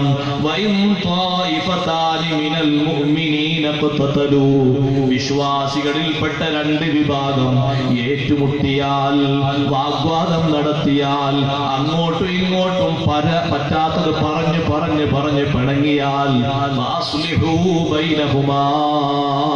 അവർക്കിടയിൽ നിങ്ങൾ ഐക്യപ്പെടുത്തണം, ഒന്ന് യോജിപ്പുണ്ടാക്കണം, അവരെ നിങ്ങൾ നന്നാക്കണം, നല്ല രൂപത്തിലാക്കണം. നേരത്തെ പറഞ്ഞ കലീമുല്ലാഹി മൂസ അലൈഹിസ്സലാം, മൂസാ നബി അലൈഹിസ്സലാമിന് ആ ഒരൊറ്റ കാര്യത്തിന് പോയതുകൊണ്ട് പിൽക്കാലത്തുള്ള പ്രബോധന പ്രവർത്തനങ്ങളിലൊക്കെ അല്ലാഹു തആല സുഖം നൽകി, എളുപ്പം നൽകി. മൂസാ നബി അലൈഹിസ്സലാമിനെ കൊല്ലാൻ വേണ്ടിയുള്ള ചർച്ചകൾ നടക്കുമ്പോഴാണ് മൂസാ നബി അലൈഹിസ്സലാം മദീനയിലേക്ക് പോയത്. പക്ഷേ ഭാര്യയുടെ കാര്യത്തിന് വേണ്ടി, മസ്ലഹത്തിന് വേണ്ടി ഭർത്താവ് അങ്ങനെ മുന്നിട്ടിറങ്ങിയപ്പോൾ നമ്മളിപ്പോ തിരിച്ചു പറയുമ്പോൾ ഞാനിവിടെ നിൽക്കുന്നു പോയി വെക്കുന്നത്. അങ്ങനല്ല, നിങ്ങളിവിടെ നിൽക്കി, ഞാനൊന്ന് പോയി നോക്കാം, ഞാനൊരു ചൂട്ട് കത്തിച്ചു വരാം.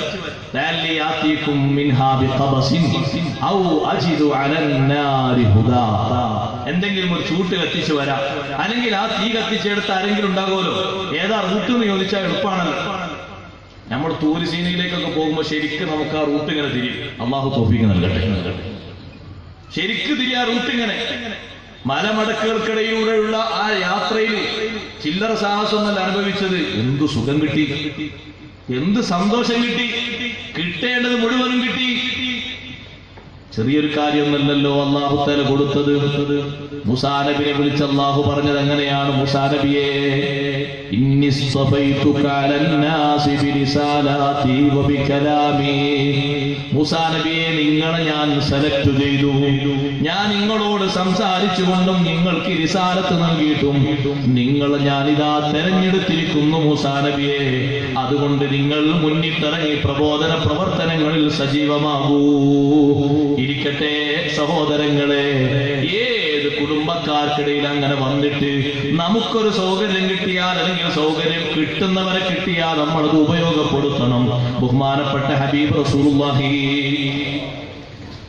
സ്വല്ലല്ലാഹു അലൈഹി വസല്ലം തങ്ങളാണ് മുഅ്മിനുകൾക്കിടയിലുള്ള ഏറ്റവും വലിയ പ്രശ്നങ്ങൾ പരിഹരിച്ച് അവരെ ഐക്യപ്പെടുത്തി ഇണക്കിയ നേതാവ്. ആ രൂപത്തിൽ ഇണക്കിയ, ആ രൂപത്തിൽ യോജിപ്പിച്ച ഒരു നേതാവ് ലോകത്ത് വേറെയില്ല. അത് ഒരു അലങ്കാരമാക്കി പറയല്ല. ചരിത്രത്തിൽ സംഘടനകൾ മാത്രം പരിചയമുള്ള വിഭാഗം, രണ്ട് ടീമും ഹൈലവല, രണ്ടു കൂട്ടരും ഒന്നിനൊന്നിന് മെച്ചമാണ്, ഒരാളും താഴ്ന്നു കൊടുക്കാനില്ല. ആ രൂപത്തിൽ 25 വർഷക്കാലം പോരാട്ടം മാത്രം നടത്തിയത് മാത്രം പരിചയിച്ച വിഭാഗത്തെ 10 വർഷം വേണ്ട, ചില്ലറ വർഷങ്ങൾ കൊണ്ട് അവരെ മനസ്സിണക്കി, അവരെ കുടുംബം ഇണക്കി, അവരെ സ്വഭാവം പരിവർത്തിപ്പിച്ചു. അവരേതാ ഒറ്റ മണിയിലെ ഒറ്റ മാലയിലെ മുത്തുകളെ പോലെ ഏകീകരിച്ചു. അവരെ ഒരുമിച്ച് കൂട്ടിയിട്ട് ഐക്യപ്പെടുത്തി. സഹോദരങ്ങളെ, ഇത് പറയുമ്പോ ഭിന്നിപ്പുള്ളവർ, പിണങ്ങിയവർ അവര് നന്നാകേണ്ടതുണ്ട്. അപ്പുറത്തും ഇപ്പുറത്തും അസ്വാരസ്യങ്ങളുള്ളവർ നന്നാകേണ്ടതുണ്ട്. അള്ളാഹു നമ്മുടെ സ്വഭാവങ്ങളെ നന്നാക്കി തരട്ടെ. ആയത്തിന്റെ അവതരണ പശ്ചാത്തലം പറയുമ്പോ ഖുർത്തുബീതങ്ങളും ഇസ്മായിൽ ബറൂസബി തങ്ങളൊക്കെ പറഞ്ഞൊരു കഥയുണ്ട്, സംഭവമുണ്ട്. ബഹുമാനപ്പെട്ട റസൂലുള്ളാഹി സ്വല്ലല്ലാഹു അലൈഹി വസല്ലം ഒരു ദിവസം യാത്ര ചെയ്യുന്നു. അൻസാറുകളിൽപ്പെട്ട ഒരു വിഭാഗം ആളുകളടുത്തോടെ യാത്ര പോവുകയാണ്. അപ്പൊ ഒരു സംഘം ആളുകൾ ഒരു ഭാഗത്ത് ഇങ്ങനെ സംഘടിച്ചിട്ടുണ്ട്. അവരെ കൂട്ടത്തിൽ അബ്ദുല്ലാഹി ഇബ്നു ഉബയ്യ് എന്ന് പറയുന്ന മുനാഫിഖുണ്ട്. അബ്ദുല്ലാഹി ഇബ്നു ഉബയ്യ് ഇബ്നു സലൂൽ, അവൻ ആ കൂട്ടത്തിലുണ്ട്. നബി സല്ലല്ലാഹു അലൈഹി വസല്ലം കഴുതപ്പുറത്താ യാത്ര ചെയ്യുന്നത്. കുറച്ച് ആളുകൾ ഇങ്ങനെ കൂടി നിൽക്കുന്നത് കണ്ടപ്പോൾ തങ്ങൾ അവിടെ ഇറങ്ങിയപ്പോൾ ഈ കഴുത മൂത്രമൊഴിച്ചു. കഴുത മൂത്രമൊഴിക്കാൻ സമയമായപ്പോൾ ഒഴിച്ചതാണ്. പക്ഷേ അബ്ദുല്ലാഹി ഇബ്നു ഉബയ്യ് ഇബ്നു സലൂൽ കഴുത മൂത്രമൊഴിച്ചപ്പോൾ പറയുന്ന വാക്കെന്താണെന്നറിയോ? ഈ കഴുതയുടെ ദുർഗന്ധം മണക്കാൻ വയ്യ, ഒന്ന് മാറ്റി നിർത്തണം. അതിന്റെ ആ വാക്ക്, ഈ കഴുതയുടെ മൂത്രം ദുർഗന്ധം വമിക്കുന്നുണ്ട് എന്നുള്ള വാക്ക് കേട്ടു നിൽക്കാൻ കഴിഞ്ഞില്ല. മഹാനവർകൾ പറഞ്ഞു, അലിഹിമാരി റസൂലില്ലാഹി സ്വല്ലല്ലാഹു അലൈഹി വസല്ലമ തഖൂലു ഹാദാ, അല്ലാഹുവിന്റെ റസൂലിന്റെ കഴുതയെ പറ്റിയാണോ നീ? ഇന്ന ബൗല ഹിമാരി റസൂലില്ലാഹി സ്വല്ലല്ലാഹു അലൈഹി വസല്ലം അത്യബു റായിഹതൻ മിൻകാ, മുത്തുനബിയുടെ കഴുതയുടെ മൂത്രത്തിന്റെ മണം നിന്നെക്കാളും സുഗന്ധപൂരിതമാണ്. അത്യബു റായിഹതൻ മിൻകാ, നിന്നെക്കാളും സുഗന്ധമേറിയതാണ്. ആ കഴുതയെ പറ്റി ഇങ്ങനെ പറയാൻ പാടില്ല. അങ്ങനെ പറഞ്ഞപ്പോൾ അതാ അബ്ദുല്ലാഹി ഇബ്നു ഉബയ്യ് ഇബ്നു സലൂലിന്റെ അടക്കം അബ്ദുല്ലാഹി ഇബ്നു റവാഹ റളിയല്ലാഹു അൻഹുവിനടക്കം സംഘട്ടനങ്ങളായി, വാഗ്വാദങ്ങളായി, അങ്ങോട്ടും ഇങ്ങോട്ടും പരസ്പരം. അതാ കാരണം അത് രണ്ട് ഗോത്രാണ്. അതാണ് മെയിൻ പോയിന്റ്. ചീത്ത അങ്ങോട്ടും ഇങ്ങോട്ടും പറയാൻ, അങ്ങോട്ടും ഇങ്ങോട്ടും വീണ്ടും വാഗ്വാദം ഉണ്ടാകാൻ കാരണം അബ്ദുല്ലാഹി ഇബ്നു ഉബയ്യ് ഇബ്നു സലൂൽ ഖസ്റജ് ഗോത്രക്കാരനാണ്. അബ്ദുല്ലാഹി ഇബ്നു റവാഹ റളിയല്ലാഹു അൻഹു ഔസ് ഗോത്രക്കാരനുമാണ്. ഈ രണ്ട് ഗോത്രവും ഔസും ഖസ്റജും ഒരു ബാപ്പയുടെ രണ്ട് മക്കളാണ്. സഅലബ എന്ന് പറയുന്ന ബാപ്പയുടെ രണ്ട് മക്കളാണ്, ഒന്ന് ഔസ് ഒന്ന് ഖസ്റജ്. പഴയ കാലത്ത് യമനിലായിരുന്നു അവരുടെ താമസം. പിന്നെ മദീനയിലേക്ക് ജീവിതം പറിച്ചു നട്ടു. മദീനയിൽ വന്ന ശേഷം അണുകുടുംബങ്ങളായി പെരുകി. ഔസ് എന്ന കുടുംബത്തിലും ധാരാളം കുടുംബങ്ങളുണ്ട്, ഗോത്രത്തിലും ഖസ്റജിലുമുണ്ട്. അങ്ങനെ ധാരാളം. രണ്ടും നല്ല ശക്തന്മാരാണ്, സാമ്പത്തിക ശേഷിയുള്ളവരാണ്, ആരോഗ്യവാന്മാരാണ്, നല്ല കഴിവുള്ളവരാണ്. രണ്ടിലും സ്ത്രീകളും പുരുഷന്മാരും നല്ല 1-ാം നമ്പർ കടയറ്റവരാണ്. ഒരാൾ പറഞ്ഞു കൊടുക്കാൻ തയ്യാറില്ല. ഈ രണ്ടുപേരും തമ്മിൽ അങ്ങോട്ട് തർക്കം ഉണ്ടായപ്പോ അതാ വരുന്നു, ഓരോ ടീമിൽ ആൾക്കാർ വരുന്നു. ഖസ്റജ് ഗോത്രത്തിൽ നിന്ന് ആള് വരുന്നു, ഔസ് ഗോത്രത്തിൽ നിന്ന് ആള് വരുന്നു. അങ്ങനെ പരസ്പരം അവര് വടികളെ കൊണ്ടടിയായി. ചെരുപ്പെടുത്ത് അടിക്കാൻ തുടങ്ങി, കൈകളെ കൊണ്ടടിച്ചു, അതേ കയറ് കൊണ്ടടിക്കാൻ തുടങ്ങി, കിട്ടുന്നത് കൊണ്ടടിക്കാൻ തുടങ്ങി. ഹബീബ് റസൂലുള്ളാഹി സ്വല്ലല്ലാഹു അലൈഹി വസല്ലം തങ്ങൾ അവരിലേക്ക് വന്നിട്ട് അവർക്കിടയിൽ തങ്ങൾ അതാ പരിഹാരമുണ്ടാക്കി. രണ്ട് കൂട്ടരെയും പിരിച്ചുവിട്ടു.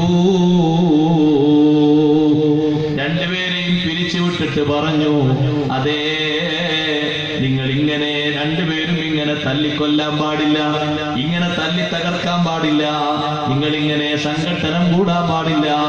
പിന്നെ അവിടെ പ്രശ്നങ്ങൾ പൊട്ടിമുളക്കുന്നുണ്ടോ അവിടെയെല്ലാം നബി സല്ലല്ലാഹു അലൈഹി വസല്ലം തങ്ങൾ ഇടപെട്ട് അത് പരിഹരിച്ചിട്ടുണ്ട്, നന്നാക്കിയിട്ടുണ്ട്. ഇതാണ് ഒരു കാരണമായി പറയുന്നത്. അതല്ല, ഭാര്യയും ഭർത്താവിന്റെയും ഇടയിലുള്ള പ്രശ്നങ്ങൾ പറഞ്ഞതുണ്ട്. അൻസാറുകളിൽപ്പെട്ട ഒരു ഭാര്യ, ആ ഭാര്യയുടെ പേര് ഉമ്മു സൈദ് എന്നാണ്. ഉമ്മു സൈദ് റളിയല്ലാഹു അൻഹാ അൻസാരിയല്ലാത്ത ഒരു സ്വഹാബിയുടെ കീഴിലായിരുന്നു ജീവിതം. ഭർത്താവിനോടുകൂടെ തർക്കമുണ്ടായി. ആ പെണ്ണ് സ്വന്തം കുടുംബത്തിലേക്ക് പോകാൻ ഉദ്ദേശിച്ചു. ഭർത്താവ് പറഞ്ഞു പോകാൻ പറ്റൂല. ഒരു സ്ഥലത്തിട്ട് തടഞ്ഞു വെച്ചു. ആരും കടക്കാതിരിക്കാൻ വേണ്ടി ഭദ്രമായി അങ്ങോട്ടുള്ള വഴികളൊക്കെ അടച്ചു. ഭർത്താവ് ചെയ്താണ്. അപ്പൊ ഭാര്യയുടെ കുടുംബക്കാരെന്ത് ചെയ്തു? അങ്ങോട്ട് തിക്കി തിരക്കി അങ്ങോട്ട് കയറി വന്നു. അവര് ഭാര്യയെ ഇറക്കിക്കൊണ്ടാൻ, അവരുടെ മകളാണല്ലോ, ഇറക്കിക്കൊണ്ടാൻ തിരിഞ്ഞു. അപ്പൊ ഭർത്താവിന്റെ വീട്ടുകാര് വന്നു. അവർ ഈ പെണ്ണിനിടയിൽ തടസ്സം സൃഷ്ടിക്കാൻ ഉദ്ദേശിച്ചു. ആ രണ്ട് ടീമും പരസ്പരം മുന്തും തള്ളും കൂടി വാക്കേറ്റമുണ്ടായി, വാഗ്വാദമുണ്ടായി. അതും ഒരു സബബായിട്ട് ഈ വിഷയത്തിൽ എണ്ണിയിട്ടുണ്ട്. അപ്പൊ ഭാര്യ ഭർത്താക്കന്മാർക്കിടയിലുള്ള തർക്കമാകട്ടെ, രണ്ട് കുടുംബങ്ങൾക്കിടയിലുള്ള തർക്കമാകട്ടെ, അയൽക്കാർക്കിടയിലുള്ള തർക്കമാകട്ടെ, വ്യക്തികൾക്കിടയിലുള്ള ഭിന്നിപ്പാകട്ടെ, പരിഹരിക്കപ്പെടേണ്ടതുണ്ട്. ഐക്യമാണ് സുഖം. അനൈക്യം ഒരു നിലക്കും സുഖമല്ലാതെ കട്ടമാണ്. അതിന്റെ കട്ടം ചെറുതൊന്നുമല്ല. ആയത്തിറങ്ങിയത് ഏത് വിഷയത്തിലാണെങ്കിലും നിയമം എല്ലാവർക്കും ബാധകമാണ് എന്ന് സർവ്വ ഖുർആൻ പണ്ഡിതന്മാരും രേഖപ്പെടുത്തിയിട്ടുണ്ട്. എന്നിട്ട് അല്ലാഹു തആല പറഞ്ഞു, നിങ്ങൾ ഐക്യപ്പെടുത്താൻ വേണ്ടി ശ്രമിച്ചു. ആദ്യത്തെ ഒന്ന് നല്ല രൂപത്തിൽ, ഇങ്ങനെ ചെറിയ രൂപത്തിൽ ഐക്യമാണ്. പിന്നെയോ രണ്ടിൽ ഒരു വിഭാഗം അക്രമം ചെയ്തു, പരിധി ലംഘിച്ചു. നിങ്ങൾ നിശ്ചയിച്ചിരുന്ന പരിധികളൊക്കെ അവർ ലംഘിച്ചു കടന്നു. എന്നാൽ ആ അക്രമം ചെയ്ത വിഭാഗത്തോട് നിങ്ങൾ ഏറ്റുമുട്ടണം. എങ്ങനെയാണ് ഏറ്റുമുട്ടേണ്ടത്? അവരിങ്ങോട്ട് ഏറ്റുമുട്ടാൻ വരുന്ന ശൈലി അക്രമത്തിന്റെ ശൈലിയാണെങ്കിൽ അങ്ങനെ ഏറ്റുമുട്ടണം. അല്ലെങ്കിലോ നല്ലത് പറഞ്ഞ് നല്ല അവസ്ഥയിലേക്ക് അവരെ മടക്കണം. നിങ്ങൾ അവരോട് ഏറ്റുമുട്ടേണ്ടത് ഹത്താ തഫിയ ഇലാ അംരില്ലാഹ്, അല്ലാഹുവിന്റെ തീരുമാനത്തിലേക്ക് അവർ മടങ്ങി വരും വരെ നിങ്ങൾ അവരെ ഉപദേശിക്കേണ്ടതുണ്ട്. അവരോട് കാര്യങ്ങൾ പറഞ്ഞു കൊടുക്കേണ്ടതുണ്ട്. എത്ര അതിന് കഷ്ടപ്പെടേണ്ടി വന്നാലും അല്ലാഹുവിന്റെ തീരുമാനം എന്ന് പറഞ്ഞാൽ എന്താണ്? വഹുവൽ മുസാലഹതു, പരസ്പരം സന്ധിയിൽ ജീവിക്കലാണ്. വറഫുൽ അദാവാ, ശത്രുത നീക്കിക്കളയലാണ്. നിങ്ങൾ നോക്ക്, അങ്ങനെ ഒരു രജ്ഞിപ്പ് വിട്ടുവീഴ്ച നൽകിയിട്ട്, ശത്രുക്കളായി വന്ന ആളുകൾക്ക് വിട്ടുവീഴ്ച നൽകിയിട്ട് ലോകത്തെ ഏറ്റവും വലിയ ഐക്യമുണ്ടാക്കിയ നേതാവ് സയ്യിദുനാ റസൂലുള്ളാഹി സ്വല്ലല്ലാഹു അലൈഹി വസല്ലം. ഹുദൈബിയയിൽ വെച്ച് നബി സല്ലല്ലാഹു അലൈഹി വസല്ലം തങ്ങളുടെ ഒട്ടകം മുട്ടുകുത്തിയപ്പോൾ നബി സല്ലല്ലാഹു അലൈഹി വസല്ലം തങ്ങൾ പറഞ്ഞു, ഈ ഒട്ടകം വെറുതെ മുട്ടുകുത്തൂല. ഇനി അങ്ങോട്ടൊരു പക്ഷേ നമുക്ക് പ്രവേശിക്കാൻ പറ്റില്ല എന്നായിരിക്കും അള്ളാഹു ഇതിന്റെ പിന്നിൽ നിശ്ചയിച്ചിരിക്കുന്നത്. മക്കയിലേക്ക് പോകാൻ ഒരു പക്ഷേ നമുക്ക് അവസരമുണ്ടാകില്ല എന്നായിരിക്കും ഈ കാണിച്ചതിന്റെ പിന്നിൽ. സ്വഹാബത്ത്, അവിടെ ഒരുപാട് സ്വഹാബിമാരുണ്ട്. അവര് ബന്ധവസ്ഥരായി നിൽക്കുകയാണ്. മക്കയിലേക്ക് നബി സല്ലല്ലാഹു അലൈഹി വസല്ലം പോകണ്ടെന്നുള്ള തീരുമാനമല്ലേ പറയുന്നത്. അപ്പോൾ മക്കയിലേക്ക് വരാതിരിക്കാനുള്ള ഐക്യ ചർച്ചയുമായി മുശ്രിക്കുകളിൽ, അന്ന് മുശ്രിക്കുകളുടെ നേതാവായിരുന്ന സുഹൈൽ ഇബ്നു അംറും ഉർവത്ത് ഇബ്നു മസ്ഊദും അടങ്ങുന്ന സംഘം ആളുകൾ നബി സല്ലല്ലാഹു അലൈഹി വസല്ലം തങ്ങളെ വന്ന് സമീപിച്ച് ഐക്യ ചർച്ചകൾ ആരംഭിക്കുകയാണ്. എഴുതാൻ വേണ്ടി തുടങ്ങുകയാണ്. ശരിക്ക് ഇക്കൊല്ലം ഇനി ഈ സമയത്ത് അങ്ങോട്ട് മക്കയിലേക്കില്ല എന്നുള്ള തീരുമാനം ഉറപ്പായി. അങ്ങനെ ഉറപ്പായപ്പോ ബഹുമാനപ്പെട്ട ഉമർ ബിൻ ഖത്താബ് റളിയല്ലാഹു അൻഹു മഹാനവറുകളുടെ ആത്മീയമായ ആ പരിവേഷത്തിന്റെ സ്വഭാവം പുറത്തെടുത്തുകൊണ്ട് ചോദിച്ചു, അല്ലാഹുവിന്റെ ഹബീബിനോട്, നബിയെ, നമ്മൾ ബദറും ഉഹുദും ഖന്തഖൊക്കെ കഴിഞ്ഞവരല്ലേ, നമ്മൾ സത്യമാർഗത്തിലല്ലേ, നമ്മൾ എന്തിനാ കുറഞ്ഞു കൊടുക്കുന്നത്? നമ്മൾ ഈ അനുയായികളുമായിട്ട് അങ്ങോട്ട് പോകല്ലേ നല്ലത്. നബി സല്ലല്ലാഹു അലൈഹി വസല്ലം തങ്ങൾ നല്ല സമാധാനത്തിന്റെ വാക്ക് പറഞ്ഞു.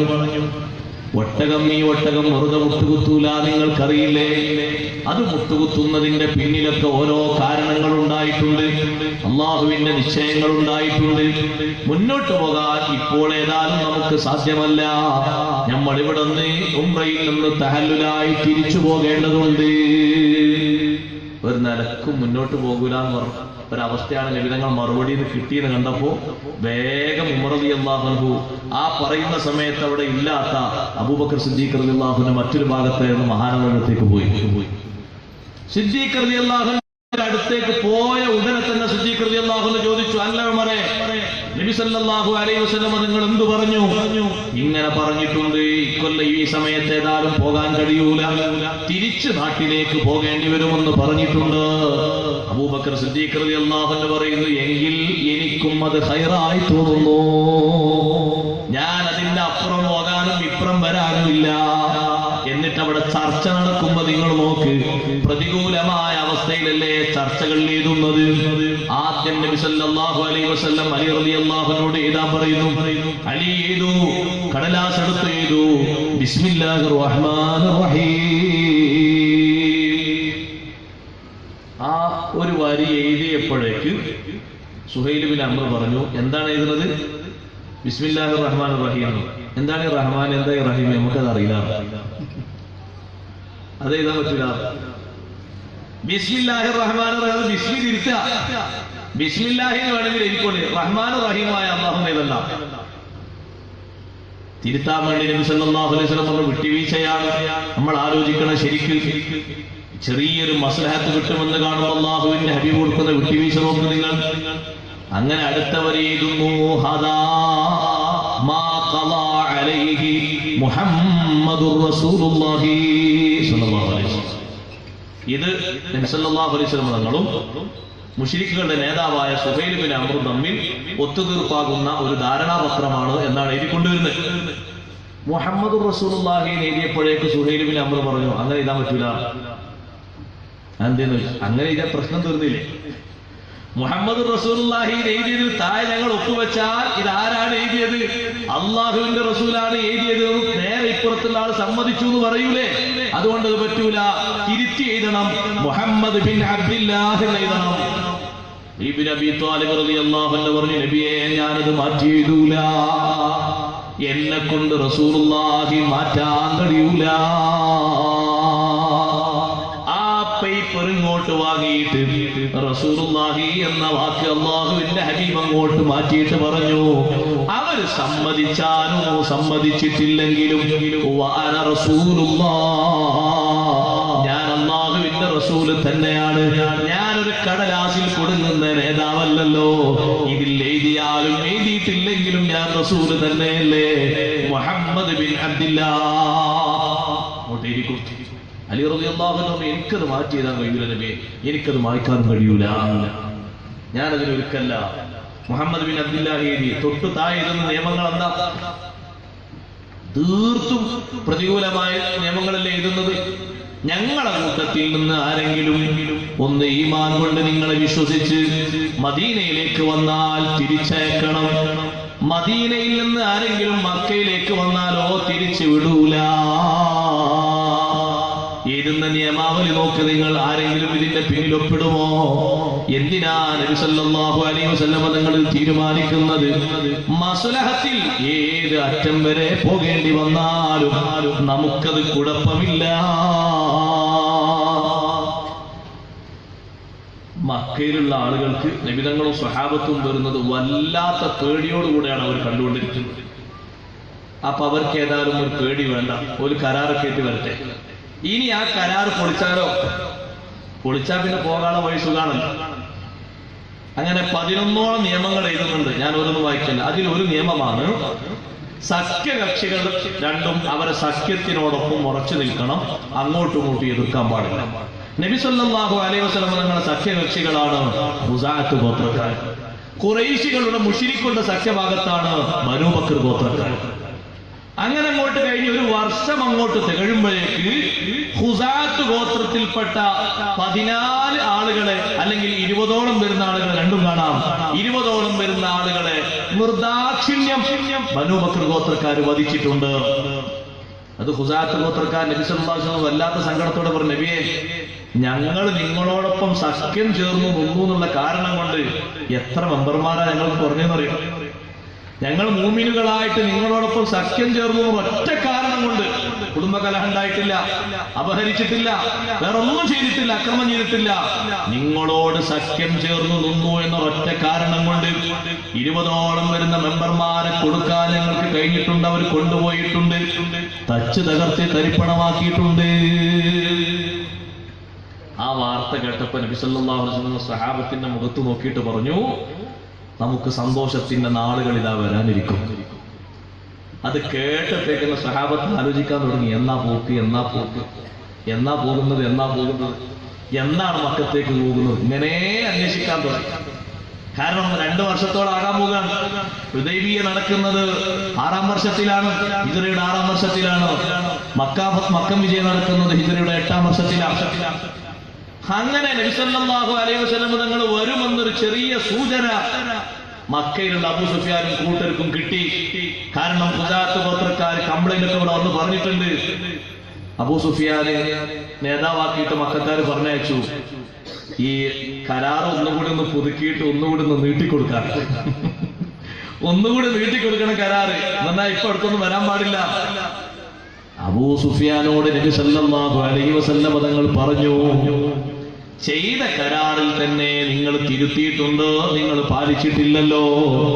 ഇനി ഞാൻ എന്താ ചെയ്യേണ്ടത് എന്ന സുഗമമായ വഴി അല്ലാഹു എനിക്ക് തുറന്നു തരും, അതുപോലെ ചെയ്യും. പലരെ കൊണ്ടും റെക്കമെൻഡ് ചെയ്യിപ്പിക്കാൻ അബൂ സുഫിയാൻ മദീനയിൽ പല വീടുകളും കയറി ഇറങ്ങിയിട്ട് ഞാൻ ചരിത്രമൊന്നും പറയുന്നില്ല. പക്ഷെ ഒന്നും നടന്നിട്ടില്ല, നിരാശയോടെയാണ് മടങ്ങിപ്പോയത്. മക്ക വിജയത്തിന് ഹബീബ് സല്ലല്ലാഹു അലൈഹി വസല്ലം റമദാൻ ശരീഫിലാണ് പോകുന്നത്. വല്ലാത്തൊരു ഫതഹാണ് അല്ലാഹു നൽകിയത്, വല്ലാത്തൊരു സന്തോഷമാണ് നൽകിയത്. അങ്ങനെ പോകാനുള്ള വഴി തുറക്കുമ്പോ ഇനി എതിർക്കാൻ പഴുതില്ലെന്ന് മക്കർക്കാർക്ക് തന്നെ തോന്നി. അവരെല്ലാരും പറഞ്ഞു, നമ്മളെ കുഴപ്പമാണ്, എത്ര ആളുകളെയാണ് നമ്മളിങ്ങനെ ചെയ്തത്, അത് ശരിയായില്ലല്ലോ. അല്ലാഹു അന്നത്തെ മസ്ലഹത്ത് കൊണ്ട് കൊടുക്കുന്നത് എന്താണ്? 10,000 വരുന്ന സ്വഹാബത്തിന്റെ കൂടെയാണ് മക്ക വിജയത്തിന് പോകുന്നത്. ആ മസ്ലഹത്തിന്റെ ഒരു ഗുണം നോക്ക് നിങ്ങൾ. 10,000 ആളുകളെ പോകുന്നത് മക്ക ചുറ്റു ചാമ്പലാക്കാനല്ല, സുന്ദരമായ രൂപത്തിൽ ത്വവാഫ് നിർവഹിച്ച്, സഅയ് നിർവഹിച്ച്, ഉംറ നിർവഹിച്ച്, കുടുംബക്കാരെയും കൂട്ടുകാരെയും ഒക്കെ കണ്ട് സന്തോഷത്തോടെ മടങ്ങി വരാനാ. അന്നല്ലേ സുഹൃത്തുക്കളെ വിശുദ്ധമായ കഅബ പരിശുദ്ധമായ രീതിയിലേക്ക് പുനഃസ്ഥാപിക്കാനും പരിശുദ്ധമായ രീതിയിലേക്ക് വഴിച്ചു വിടാനും നബി സല്ലല്ലാഹു അലൈഹി വസല്ലം തങ്ങൾക്ക് അല്ലാഹു മാർഗം കൊടുത്തത്. കഅബയുടെ ചുറ്റുഭാഗത്തുമായി 360 സ്വനമുകൾ ഉണ്ടായിരുന്നു, വിഗ്രഹങ്ങൾ. അതിന്റെ മുകളിലേക്ക് അല്ലാഹുവിന്റെ ഹബീബ് കയ്യിലുള്ള വടി കൊണ്ട് ജഅൽ ഹഖു വസഹഖൽ ബാതിലു ഇന്നൽ ബാതില കാന സഹൂഖാ എന്ന് പറഞ്ഞ് ഒന്ന് കുത്തുമ്പോഴേക്ക് ഇങ്ങനെ വീണു അടയാ. അവിടെ കൊന്നൊരു ശുദ്ധികലശം നടത്തി. സന്തോഷത്തോടുകൂടെ ആ വാതിലൊന്ന് തുറന്ന് അതിന്റെ ഉള്ളിലൊക്കെ ഒന്ന് കയറി 2 റക്അത്ത് നിസ്കരിച്ച് എന്തോ ഒരു സന്തോഷമാണ്. സന്തോഷത്തോടുകൂടെ അവിടുന്ന് പുറത്തിറങ്ങി അവരോടൊക്കെ നല്ല മനസ്സിണങ്ങുന്ന രീതിയിൽ, സുന്ദരമായ രീതിയിൽ സംസാരിച്ചു. അവർക്ക് പൊതുമാപ്പ് പ്രഖ്യാപിച്ചു. ഹബീബ് സല്ലല്ലാഹു അലൈഹി വസല്ലം പല കുടുംബക്കാരെയും കൂട്ടുകാരെയും ഒക്കെ കണ്ടു. അവരൊക്കെ 8 വർഷം മുമ്പ് കണ്ടതാ, പലരെയും കണ്ടു. പക്ഷേ രക്തച്ചൊരിച്ചിന് വേണ്ടി പോയതല്ല, സമാധാനത്തിന് പോയതാണ്. അതിന്റെ മാർഗം തുറന്നു കിട്ടിയത് 2 വർഷം മുമ്പുണ്ടായ വിട്ടുവീഴ്ച കൊണ്ടും ഐക്യപ്പെടൽ കൊണ്ടും സന്ധി കൊണ്ടുമാണ്. അപ്പൊ തീർത്തും ഒരുപക്ഷെ ഒരു ഭാഗത്ത് പ്രതികൂലമായ സാഹചര്യം വന്നാലും ഐക്യത്തിന്റെ മാർഗങ്ങൾ തുറക്കേണ്ടതുണ്ട്. അനൈക്യത്തിന്റെ വിത്തുകൾ പാകരുത് ഒരു രംഗത്തും. മുസ്ലിങ്ങൾക്കിടയിലെ ഐക്യമാണല്ലോ അല്ലാഹു ഈ പറയുന്നത്, മുഅ്മിനീങ്ങൾക്കിടയിലുള്ള ഐക്യമാണ് അല്ലാഹു ഈ പറയുന്നത്. ഹബീബ് സല്ലല്ലാഹു അലൈഹി വസല്ലം തങ്ങൾ അതിന് നൽകിയ വില, അവിടുത്തെ കുടുംബത്തിൽപ്പെട്ട പേരക്കുട്ടിയെ മസ്ലഹത്തിന് വേണ്ടി നബി തങ്ങൾ നിശ്ചയിച്ച സംഭവം ഹദീസുകളിൽ കാണാം. നബി സല്ലല്ലാഹു അലൈഹി വസല്ലം മദീനത്തെ മിമ്പറിന്റെ മുകളിൽ കയറി ഖുതുബ ഓതിക്കൊണ്ടിരിക്കുമ്പോ, പ്രഭാഷണം നടത്തിക്കൊണ്ടിരിക്കുമ്പോ ഹസൻ ഇബ്നു അലി റളിയല്ലാഹു അൻഹു നടന്നു വരുന്നു. ആ പേരക്കുട്ടിയിലേക്ക് ചിലപ്പോ ഇങ്ങനെ നോക്കുന്നു, ജനങ്ങളിലേക്കും നോക്കുന്നു. അങ്ങനെ കണ്ണ് ഒരു സമയം പേരക്കുട്ടിയിലേക്ക്, ഒരു സമയം ജനങ്ങളിലേക്ക്. ആ പേരക്കുട്ടി അങ്ങനെ അടുത്തു വന്നു, മിമ്പറിന്റെ അടുത്ത് വന്നു, തങ്ങൾക്ക് കൈ കൊടുത്തു. ഉടനെ തന്നെ തങ്ങൾ പറഞ്ഞു, ഇന്ന ബിനി ഹദാ സയ്യിദുൻ, എന്റെ ഈ പുത്രനുണ്ടല്ലോ, പേരക്കുട്ടി ഹസൻ റളിയല്ലാഹു അൻഹു നേതാവാണ്.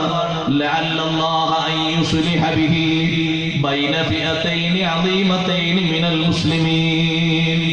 ഈ കുട്ടി കാരണമായി പിൽക്കാലത്ത് വർഷങ്ങൾക്ക് ശേഷം രണ്ട് വിഭാഗങ്ങൾ, മുസ്ലിങ്ങൾക്കിടയിൽപ്പെട്ട രണ്ട് വിഭാഗങ്ങൾ, അവർ അനൈക്യത്തിൽ കഴിയുന്ന രണ്ട് വിഭാഗങ്ങളാണ്, സംഘട്ടനത്തിൽ കഴിയുന്നവരാണ്.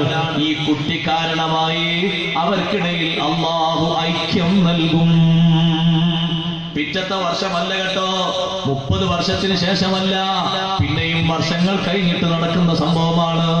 മദീനത്തെ മിമ്പറിൽ വെച്ച് ഹബീബ് സല്ലല്ലാഹു അലൈഹി വസല്ലം തങ്ങൾ പറയുന്നത്, നീണ്ട യുദ്ധങ്ങൾക്കും പോരാട്ടങ്ങൾക്കും ശേഷം ഹസൻ റളിയല്ലാഹു അൻഹു ആണ് ഷാമുകാർക്കും ഇറാഖുകാർക്കും ഇടയിൽ ഐക്യപ്പെടുത്തിയത്.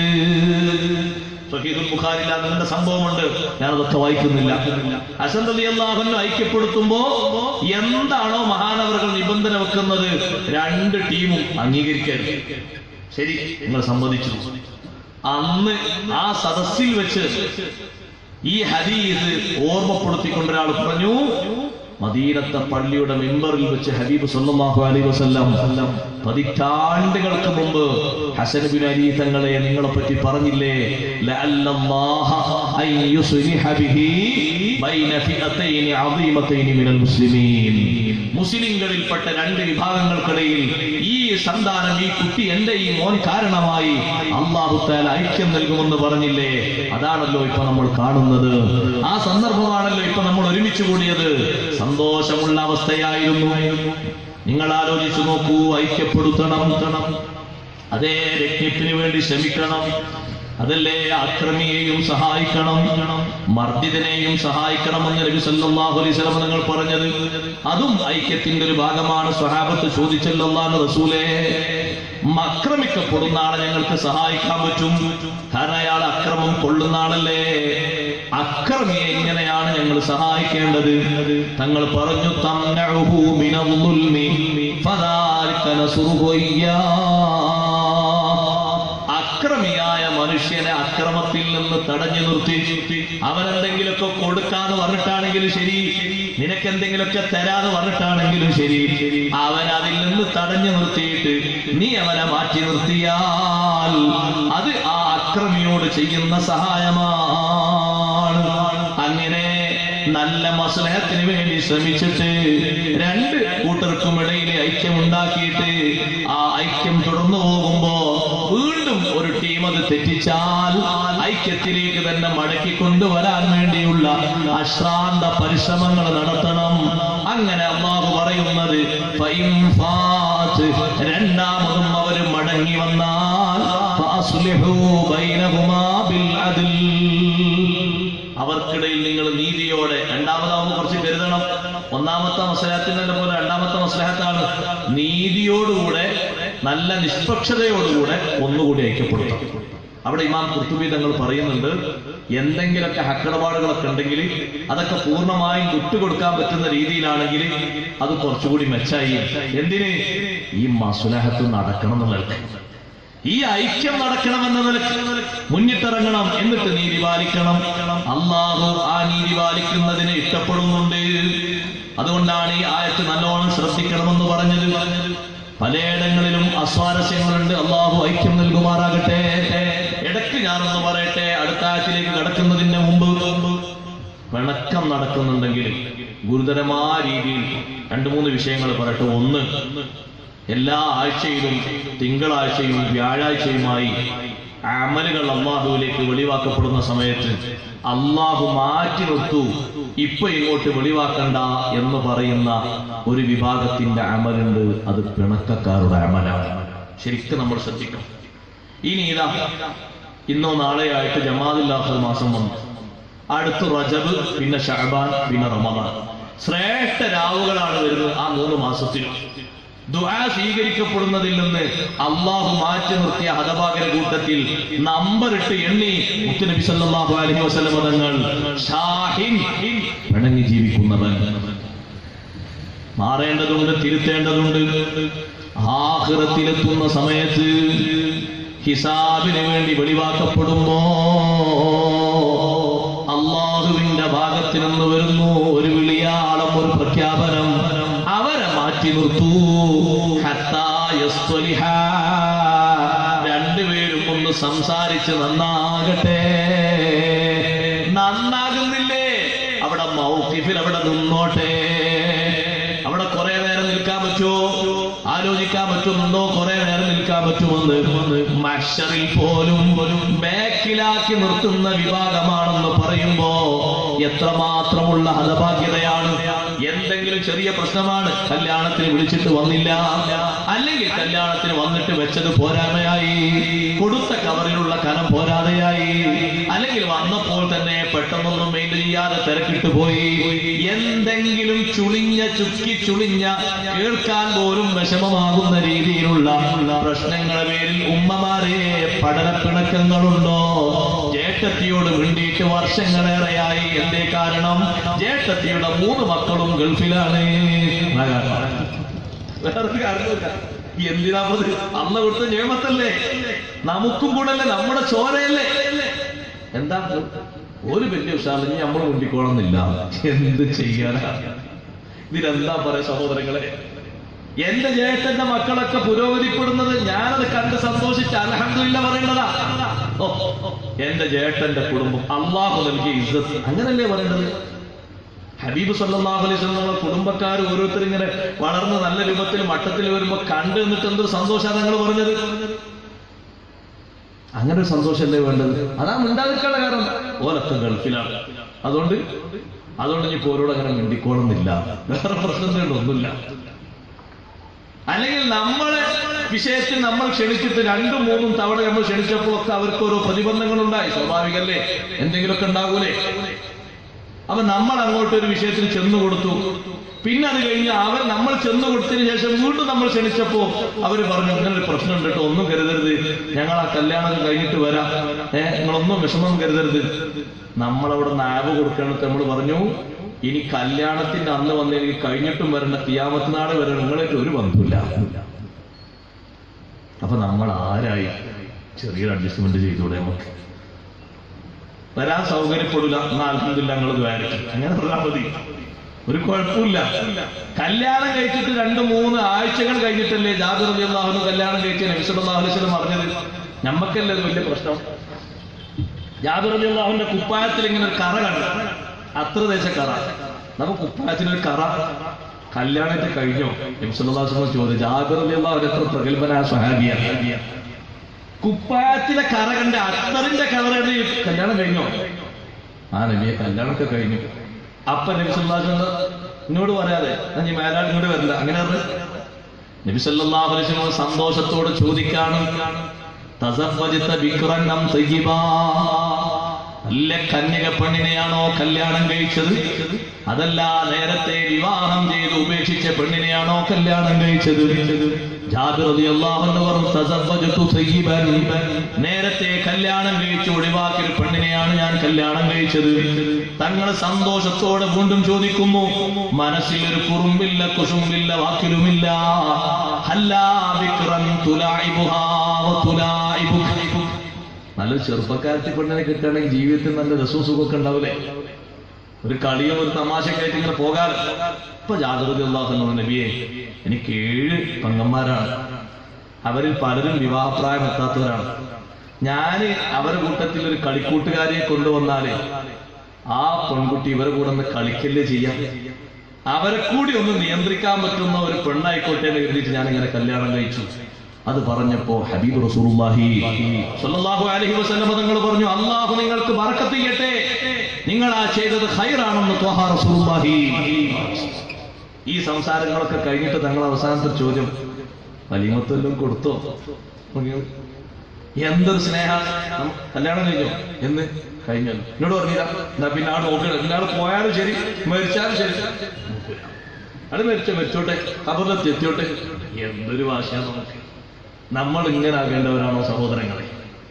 അതിലൊക്കെ അല്ലേ ഒരു അഡ്ജസ്റ്റ്മെന്റ് ഒക്കെ. അത് അങ്ങനത്തെ കുറുമ്പിനൊക്കെ നിന്നാ പിന്നെ ഈ ഈമാന് വല്ല വിലയുണ്ട്.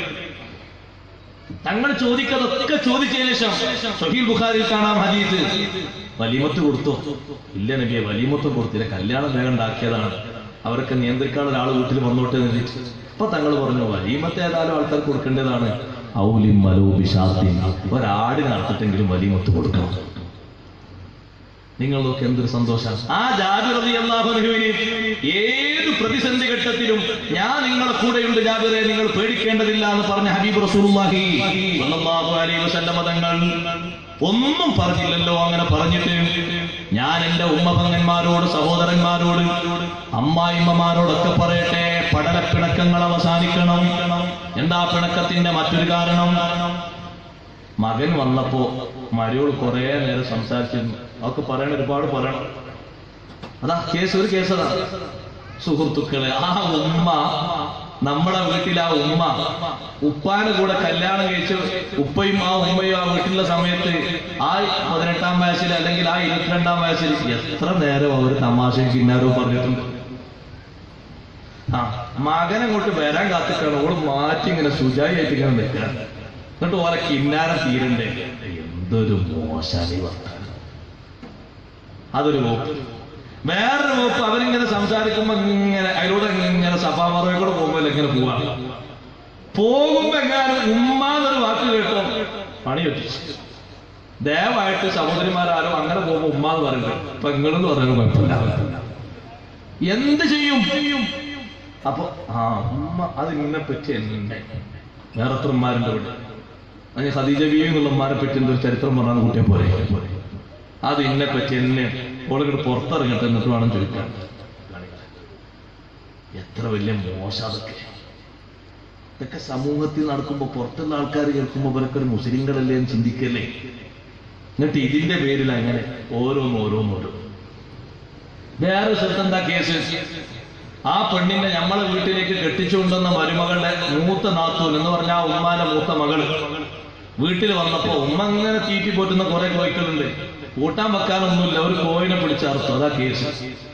ഉമ്മ അങ്ങനെ തീറ്റി പോറ്റുന്ന കോഴിനെ ഇറക്കുമ്പോ ഉമ്മാനോട് ചോദിച്ചില്ല. അതുകൊണ്ട് ഉമ്മാക്ക് ഭക്ഷണം ഒന്നും വേണ്ട. എന്ത് പറയാനാ സഹോദരങ്ങളെ? ഇങ്ങനെ ആകാൻ പറ്റും. ഞാനിത് പറയുമ്പോ നിങ്ങളൊക്കെ പലരും ശ്രദ്ധിക്കുന്നുണ്ട്. ആ ശരിയാണ് ഉസ്താദ്, അങ്ങനെയാണ് അവിടെ, ഇങ്ങനെയാണ് ഇവിടെ. നമ്മളൊക്കെ നന്നാണ്. ഒരു പിണക്കുണ്ടായപ്പോഴേക്ക് സ്വഹാബത്ത് മാറ്റി. ഒറ്റ ചരിത്രം ഞാൻ സ്വഹീഹ് ബുഖാരി എന്ന് പറയട്ടെ. ഒരു പിണക്കം വന്നപ്പോഴേക്ക് സ്വഹാബത്തിന്റെ മനസ്സിൽ വന്ന നീരസം, സങ്കടം ചെറുതല്ല. ആരോടാണ് പിണങ്ങിയത്? പിണങ്ങാനുണ്ടായ കാരണം തന്നെ സ്വഹാബിയിൽ നിന്ന് വന്നതാണ്. വലിയ പ്രമുഖനായ സ്വഹാബിയാണ് അബ്ദുല്ലാഹി ഇബ്നു സുബൈർ റളിയല്ലാഹു അൻഹു. അബ്ദുല്ലാഹി ഇബ്നു സുബൈർ റളിയല്ലാഹു അൻഹു നബി തങ്ങളുടെ അടുത്ത സ്വഹാബിയാണ്. ലികുല്ലി നബിയ്യിൻ ഹവാരിയുൻ വഹവാരി ഇബ്നു സുബൈർ. ഓരോ നബിക്കും ഓരോ ഇഷ്ടപ്പെട്ട കൂട്ടുകാരനുണ്ട്. രഹസ്യങ്ങളൊക്കെ കൈമാറാൻ പറ്റിയ സ്വന്തക്കാരനുണ്ട്. എനിക്ക് ആ തരത്തിൽ ഒരു സ്വന്തമായുള്ള സ്വഹാബി അത് സുബൈർ റളിയല്ലാഹു അൻഹുവിന്റെ മകൻ അബ്ദുല്ലാഹി റളിയല്ലാഹു അൻഹു ആണ്. അല്ലാഹുവിന്റെ ഹബീബ് അവിടുത്തെ ഉമിനീര് ചാരിച്ചുകൊണ്ട് ആ പ്രിയപ്പെട്ട സ്വഹാബിക്ക് ആദ്യം ഉമിനീര് പകർന്നു കൊടുത്ത് അവിടുത്തെ വയറ്റിനകത്ത് ആദ്യം എത്തിയത് റസൂലുള്ളാഹി സ്വല്ലല്ലാഹു അലൈഹി വസല്ലം മുത്തുനബി തങ്ങളുടെ ഉമിനീരാണ്. അസ്മാ ബീവി പലപ്പോഴും ആവേശത്തോടെ പറയാറുണ്ട്, എന്റെ പൊന്നുമോന്റെ വയറ്റിന്റെ ഉള്ളിലേക്ക് ആദ്യം കടന്നെത്തിയത് കാരക്കയുടെ മധുരമല്ല, റസൂലുള്ളാഹി സ്വല്ലല്ലാഹു അലൈഹി വസല്ലം അല്ലാഹുവിന്റെ റസൂലിന്റെ ഉമിനീരാണ്. ആ അബ്ദുല്ലാഹി ഇബ്നു സുബൈർ റളിയല്ലാഹു അൻഹു മിക്ക ദിവസവും താമസിക്കാറുള്ളത് എളാമയുടെ വീട്ടിലാണ്. ആരാണ് എളാമ? ആയിഷ ബീവി റളിയല്ലാഹു അൻഹാ. എന്തിനാണ് അവിടെ കൂടുന്നത് എന്നറിയോ? ആയിഷ ബീവി വലിയ ഇൽമിന്റെ ഭണ്ഡാരമാണ്, ഇൽമിന്റെ വലിയ ബഹറാണ്. സ്വഹാബത്തിൽ നിന്ന് എത്ര ശിഷ്യന്മാരുണ്ട് ആയിഷ ബീവിക്ക്? ആയിഷ ബീവിക്കുള്ളതുപോലെ ഉമ്മഹാത്തുൽ മുഅ്മിനീങ്ങളിൽ മറ്റാർക്കും ശിഷ്യഗണങ്ങളില്ല. ആയിഷ ബീവി റളിയല്ലാഹു അൻഹ ഹദീസ് റിപ്പോർട്ട് ചെയ്തതുപോലെ ഒരൊറ്റ സ്വഹാബി വനിതയും ഹദീസ് റിപ്പോർട്ട് ചെയ്തിട്ടില്ല.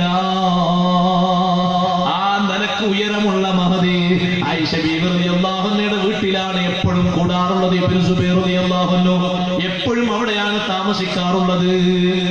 അപ്പൊ അതിലേക്ക് ചേർത്തിയിട്ട് ആയിഷ ബീവിയെ പറ്റി ഉമ്മു അബ്ദുല്ലാഹി എന്ന് വിളിക്കാറുണ്ട്. ആയിഷ ബീവിക്ക് മക്കളൊന്നുമില്ല. അബ്ദുല്ലാഹി ഇബ്നു സുബൈർ റളിയല്ലാഹു അൻഹു ആ വീട്ടിലാണല്ലോ കൂടാറുള്ളത്.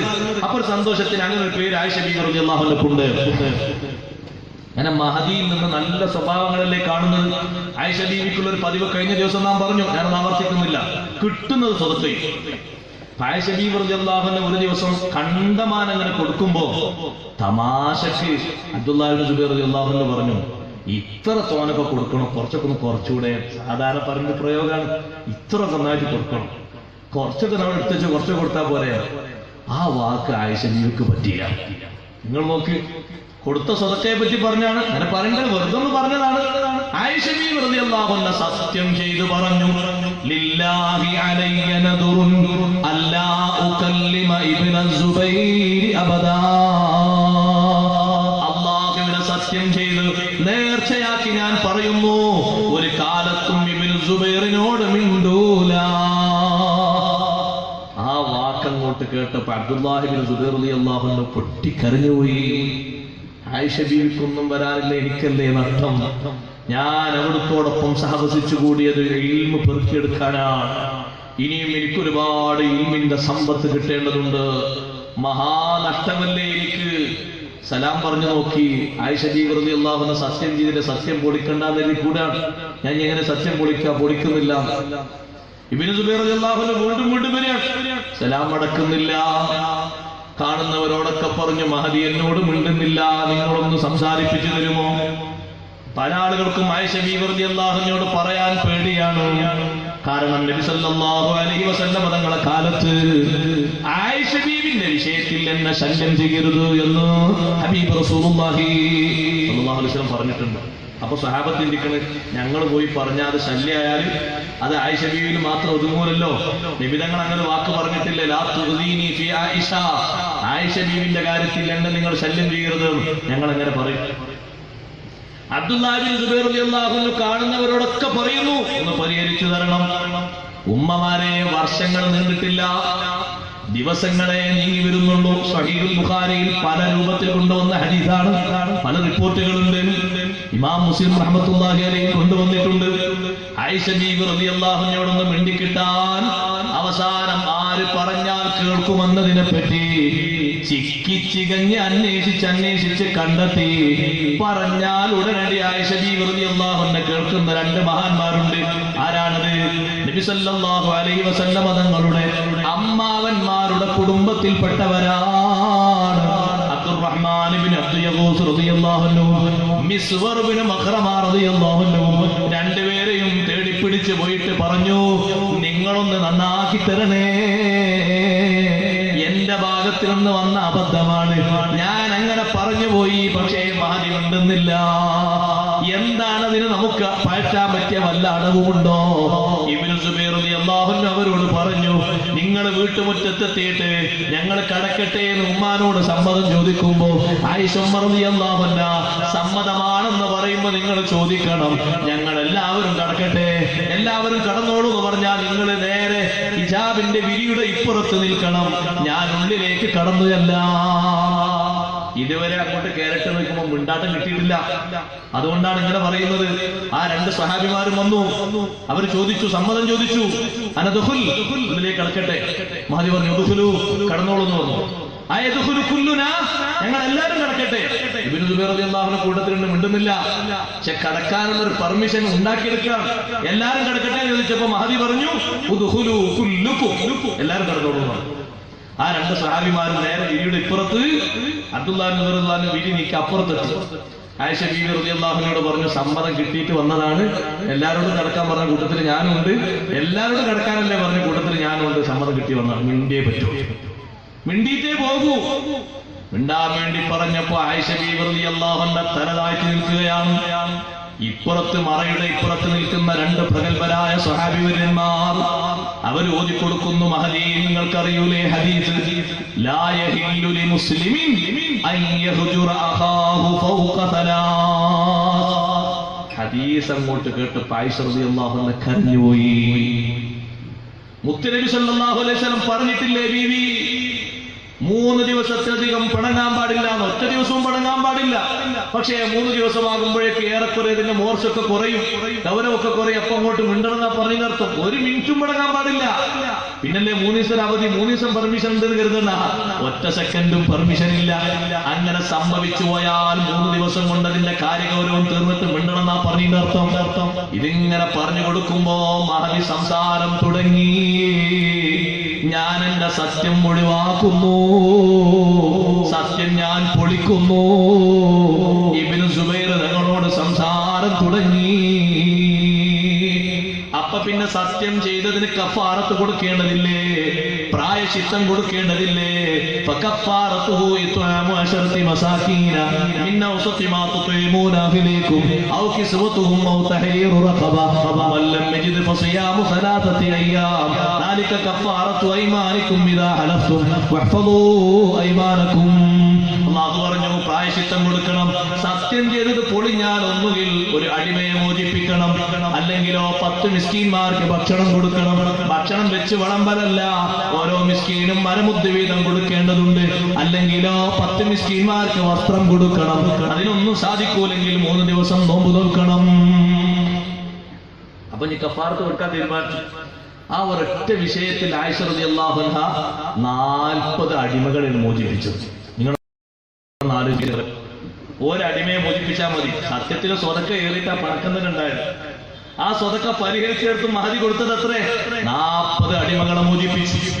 സ്വഹീഹുൽ ബുഖാരിയിൽ കാണാം. പിന്നെ ഈ സംഭവം പറയുമ്പോഴൊക്കെ മഹദി കരയും. കരഞ്ഞ് കരഞ്ഞ് ഹത്താ തബ്തല്ലു ദുമൂഹാ ഖിമാറഹാ. അവിടുത്തെ കണ്ണീർ കണങ്ങൾ മുഖമക്കര നനക്കുമായിരുന്നു.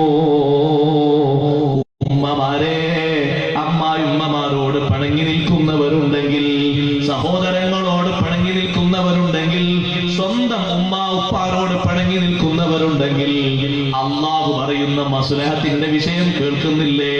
നമ്മൾ യോജിപ്പിലെത്തേണ്ടതുണ്ട്. ഒരൊറ്റായത്തുമില്ലേ? ഞാനൊന്ന് ഓടിച്ചു പോകട്ടെ. ഇന്നമൽ മുഅ്മിനൂന ഇഖ്വ. മുഅ്മിനുകൾ സഹോദരങ്ങളാണ്. സഹോദരന്മാരെ പോലെ കാണണം. വിശ്വാസികൾ സഹോദരങ്ങളാണ്.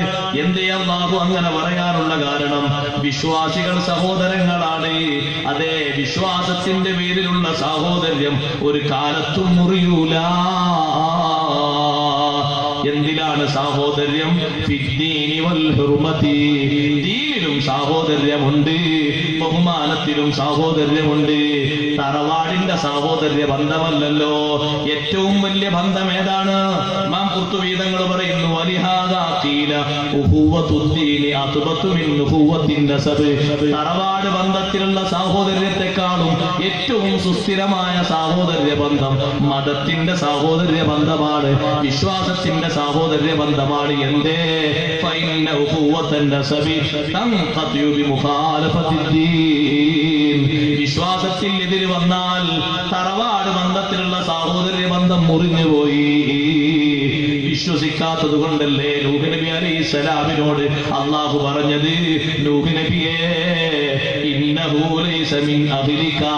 ആ മകൻ നിങ്ങളെ കുടുംബത്തിൽപ്പെട്ട ആളല്ല. നൂഹ് നബിക്ക് ഉണ്ടായ മകൻ തന്നെയാണ്. പക്ഷേ നിങ്ങളിലേക്ക് ആ മോനെ ചേർത്താൻ പറ്റുന്നത് വിശ്വാസം കൊണ്ടാണ്. വിശ്വാസമില്ലല്ലോ, അതുകൊണ്ട് പരമ്പര മുറിഞ്ഞുപോയി. എന്നാൽ വിശ്വാസത്തിന്റെ സാഹോദര്യമോ അതൊരു കാലത്തും മുറിയൂല. നിങ്ങളുടെ സഹോദരങ്ങൾക്കിടയിൽ നിങ്ങൾ ഐക്യമുണ്ടാക്കണം. അതേ, സ്വരച്ചേർച്ചയുണ്ടാക്കണം. ഓരോ മുസ്ലിമും മറ്റൊരു മുസ്ലിമിന്റെ അടുക്കൽ ബഹുമാനമുള്ളവനാണ്. അവന്റെ ശരീരം, അവന്റെ അഭിമാനം, അവന്റെ സമ്പത്ത്. ഒരു മുസ്ലിമിന്റെ സമ്പത്തും അപഹരിക്കാൻ പാടില്ല. ഒരു മുസ്ലിമിന്റെ ശരീരത്തിനും കേടുവരുത്താൻ പാടില്ല. ഒരു മുസ്ലിമിന്റെ രക്തത്തിനും പോറലേൽപ്പിക്കാൻ പാടില്ല.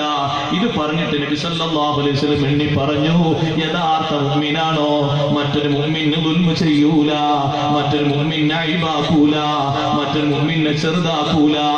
അവൻ എടുക്കുന്ന ബിൽഡിംഗ് മറ്റുള്ള മുഅ്മിനായ സഹോദരന് കാറ്റ് തടസ്സമാകും ഇവൻ ഉയർത്തിയാലെന്ന് കരുതുകയാണെങ്കിൽ ബിൽഡിംഗ് പോലും ഉയർത്തിയെടുക്കൂല. അവന്റെ വീട്ടിലെ ചട്ടിയുടെ വാസന, നല്ല മീൻ പൊരിക്കുന്ന, ഇറച്ചി പൊരിക്കുന്ന വാസന കൊണ്ട് ഇവന് ശല്യമാകുമെന്ന് കരുതിയാൽ കുറച്ചവനും കൊടുക്കാൻ പറ്റുന്ന പാകത്തിൽ കുറച്ച് ഏറെ ഉണ്ടാക്കും, അല്ലെങ്കിലോ ശല്യപ്പെടുത്തൂല. പഴ പഴങ്ങൾ വാങ്ങുകയാണെങ്കിൽ മക്കളെ കയ്യിൽ അത് കൊടുത്തിട്ട് അയൽക്കാരനായ സുഹൃത്തിന്റെ മക്കൾ വിഷമിപ്പിക്കുന്ന രീതിയിൽ പുറത്തേക്ക് ഇറങ്ങാൻ സമ്മതിക്കൂല. അവർക്കും കൊടുക്കാനുണ്ടെങ്കിലേ പുറത്തേക്ക് വിടൂ. ഇങ്ങനെ ശരീരവും സമ്പത്തും ബഹുമാനവും മാനിച്ച് ഒരു മുസ്ലിമിനെ പരിഗണിക്കേണ്ടതുണ്ട്. ഇതൊക്കെ പറഞ്ഞിട്ട് നബി തങ്ങൾ പറഞ്ഞു, ഈ കാര്യങ്ങളൊക്കെ ശ്രദ്ധിക്കണേ, സൂക്ഷിക്കണേ. വലാ യഹ്ഫദു മിൻകും ഇല്ലാ ഖലീൽ. കുറച്ച് ആളുകളല്ലാതെ ഇതൊന്നും സൂക്ഷിക്കൂല, മൈൻഡ് ചെയ്യൂല. അതുകൊണ്ട് സഹോദര്യ ബന്ധത്തിന് ഒന്നും തടസ്സമല്ല. അലി ഇബ്നു അബീ ത്വാലിബ് റളിയല്ലാഹു അൻഹുവോട് ചോദിച്ചില്ലേ, സിഫീൻ യുദ്ധത്തിലും ജമൽ യുദ്ധത്തിലും നിങ്ങളോടുകൂടെ യോദ്ധാക്കളായി പങ്കെടുത്ത ആളുകളെ പറ്റി നിങ്ങളുടെ അഭിപ്രായം എന്താണ്? അവര് മുശ്രിക്കുകളാണോ? അലി റളിയല്ലാഹു അൻഹു പറഞ്ഞു, അല്ലേ, അല്ല, അവർ ശിർക്കിൽ നിന്നൊക്കെ എന്നോ ഓടിപ്പോയിട്ടുണ്ട്. മുനാഫിക്കുകളാണോ? അതും അല്ല. കാരണം മുനാഫിക്കുകൾ അല്ലാഹുവിനെ കുറച്ചല്ലാതെ ഓർക്കൂലല്ലോ. ഇതൊക്കെ നിസ്കരിക്കുന്ന ദിക്ർ ചെല്ലുന്ന ആളുകളാണ്. പിന്നെന്താണ് അവർക്ക് അങ്ങനെ സംഭവിക്കാൻ? അലി റളിയല്ലാഹു അൻഹു പറഞ്ഞു, ഇഖ്വാനുനാ, അവർ ഞങ്ങളെ സഹോദരങ്ങളാണ്. ബഗൗ അലൈനാ, ചെറിയൊരു അക്രമം ഞങ്ങളോട് ചെയ്തതാണ്. തെറ്റി എന്ന അർത്ഥത്തിൽ കൂട്ടരുത് കേട്ടോ. ഞാനത് വിശദമായി ഖുർത്തുബി ഇമാം പറഞ്ഞിട്ടുണ്ട്, വായിക്കാൻ സമയമില്ല. എന്ത് കരുതണം? ഇജ്തിഹാദിയായ വിഷയത്തിൽ അവരെ ഭാഗത്ത് നിന്ന് വന്ന ഒരു വിഷയമാണത്. അതിലവരിലേക്ക് കുറ്റം ചേർക്കപ്പെടൂല. ഇജ്തിഹാദിന് അല്ലാഹു അവർക്ക് കഴിവ് നൽകിയിട്ടുണ്ട്. ആ ഇജ്തിഹാദില്, ഗവേഷണത്തില്, അവരുടെ ചിന്തയിൽ വന്ന, വീക്ഷണത്തിൽ വന്ന ഖത്ആണ്. അതിലവർക്ക് കുറ്റം ചാർത്തപ്പെടൂല. അവര് പരിശുദ്ധരാണ്. തെറ്റ് ചെയ്തു, കുറ്റം ചെയ്തു എന്ന് ആ സ്വഹാബിമാരെ പറ്റി പറയാൻ അതേ മറ്റു മഹാന്മാരൊന്നും നാം ഉയർത്താത്തതുപോലെ നമ്മളും ഉയർത്തുന്നില്ല. അതുകൊണ്ട് മുസ്ലിം കുടുംബത്തിനിടയിൽ, മുസ്ലിം കൂട്ടുകാർക്കിടയിൽ നല്ല സഹവർത്തിത്വവും നല്ല സൗഹൃദവും കാത്തു സൂക്ഷിച്ച് അള്ളാഹനെ സൂക്ഷിച്ച് ജീവിക്കണം. അള്ളാഹ് നമുക്ക് തൗഫീഖ് നൽകട്ടെ.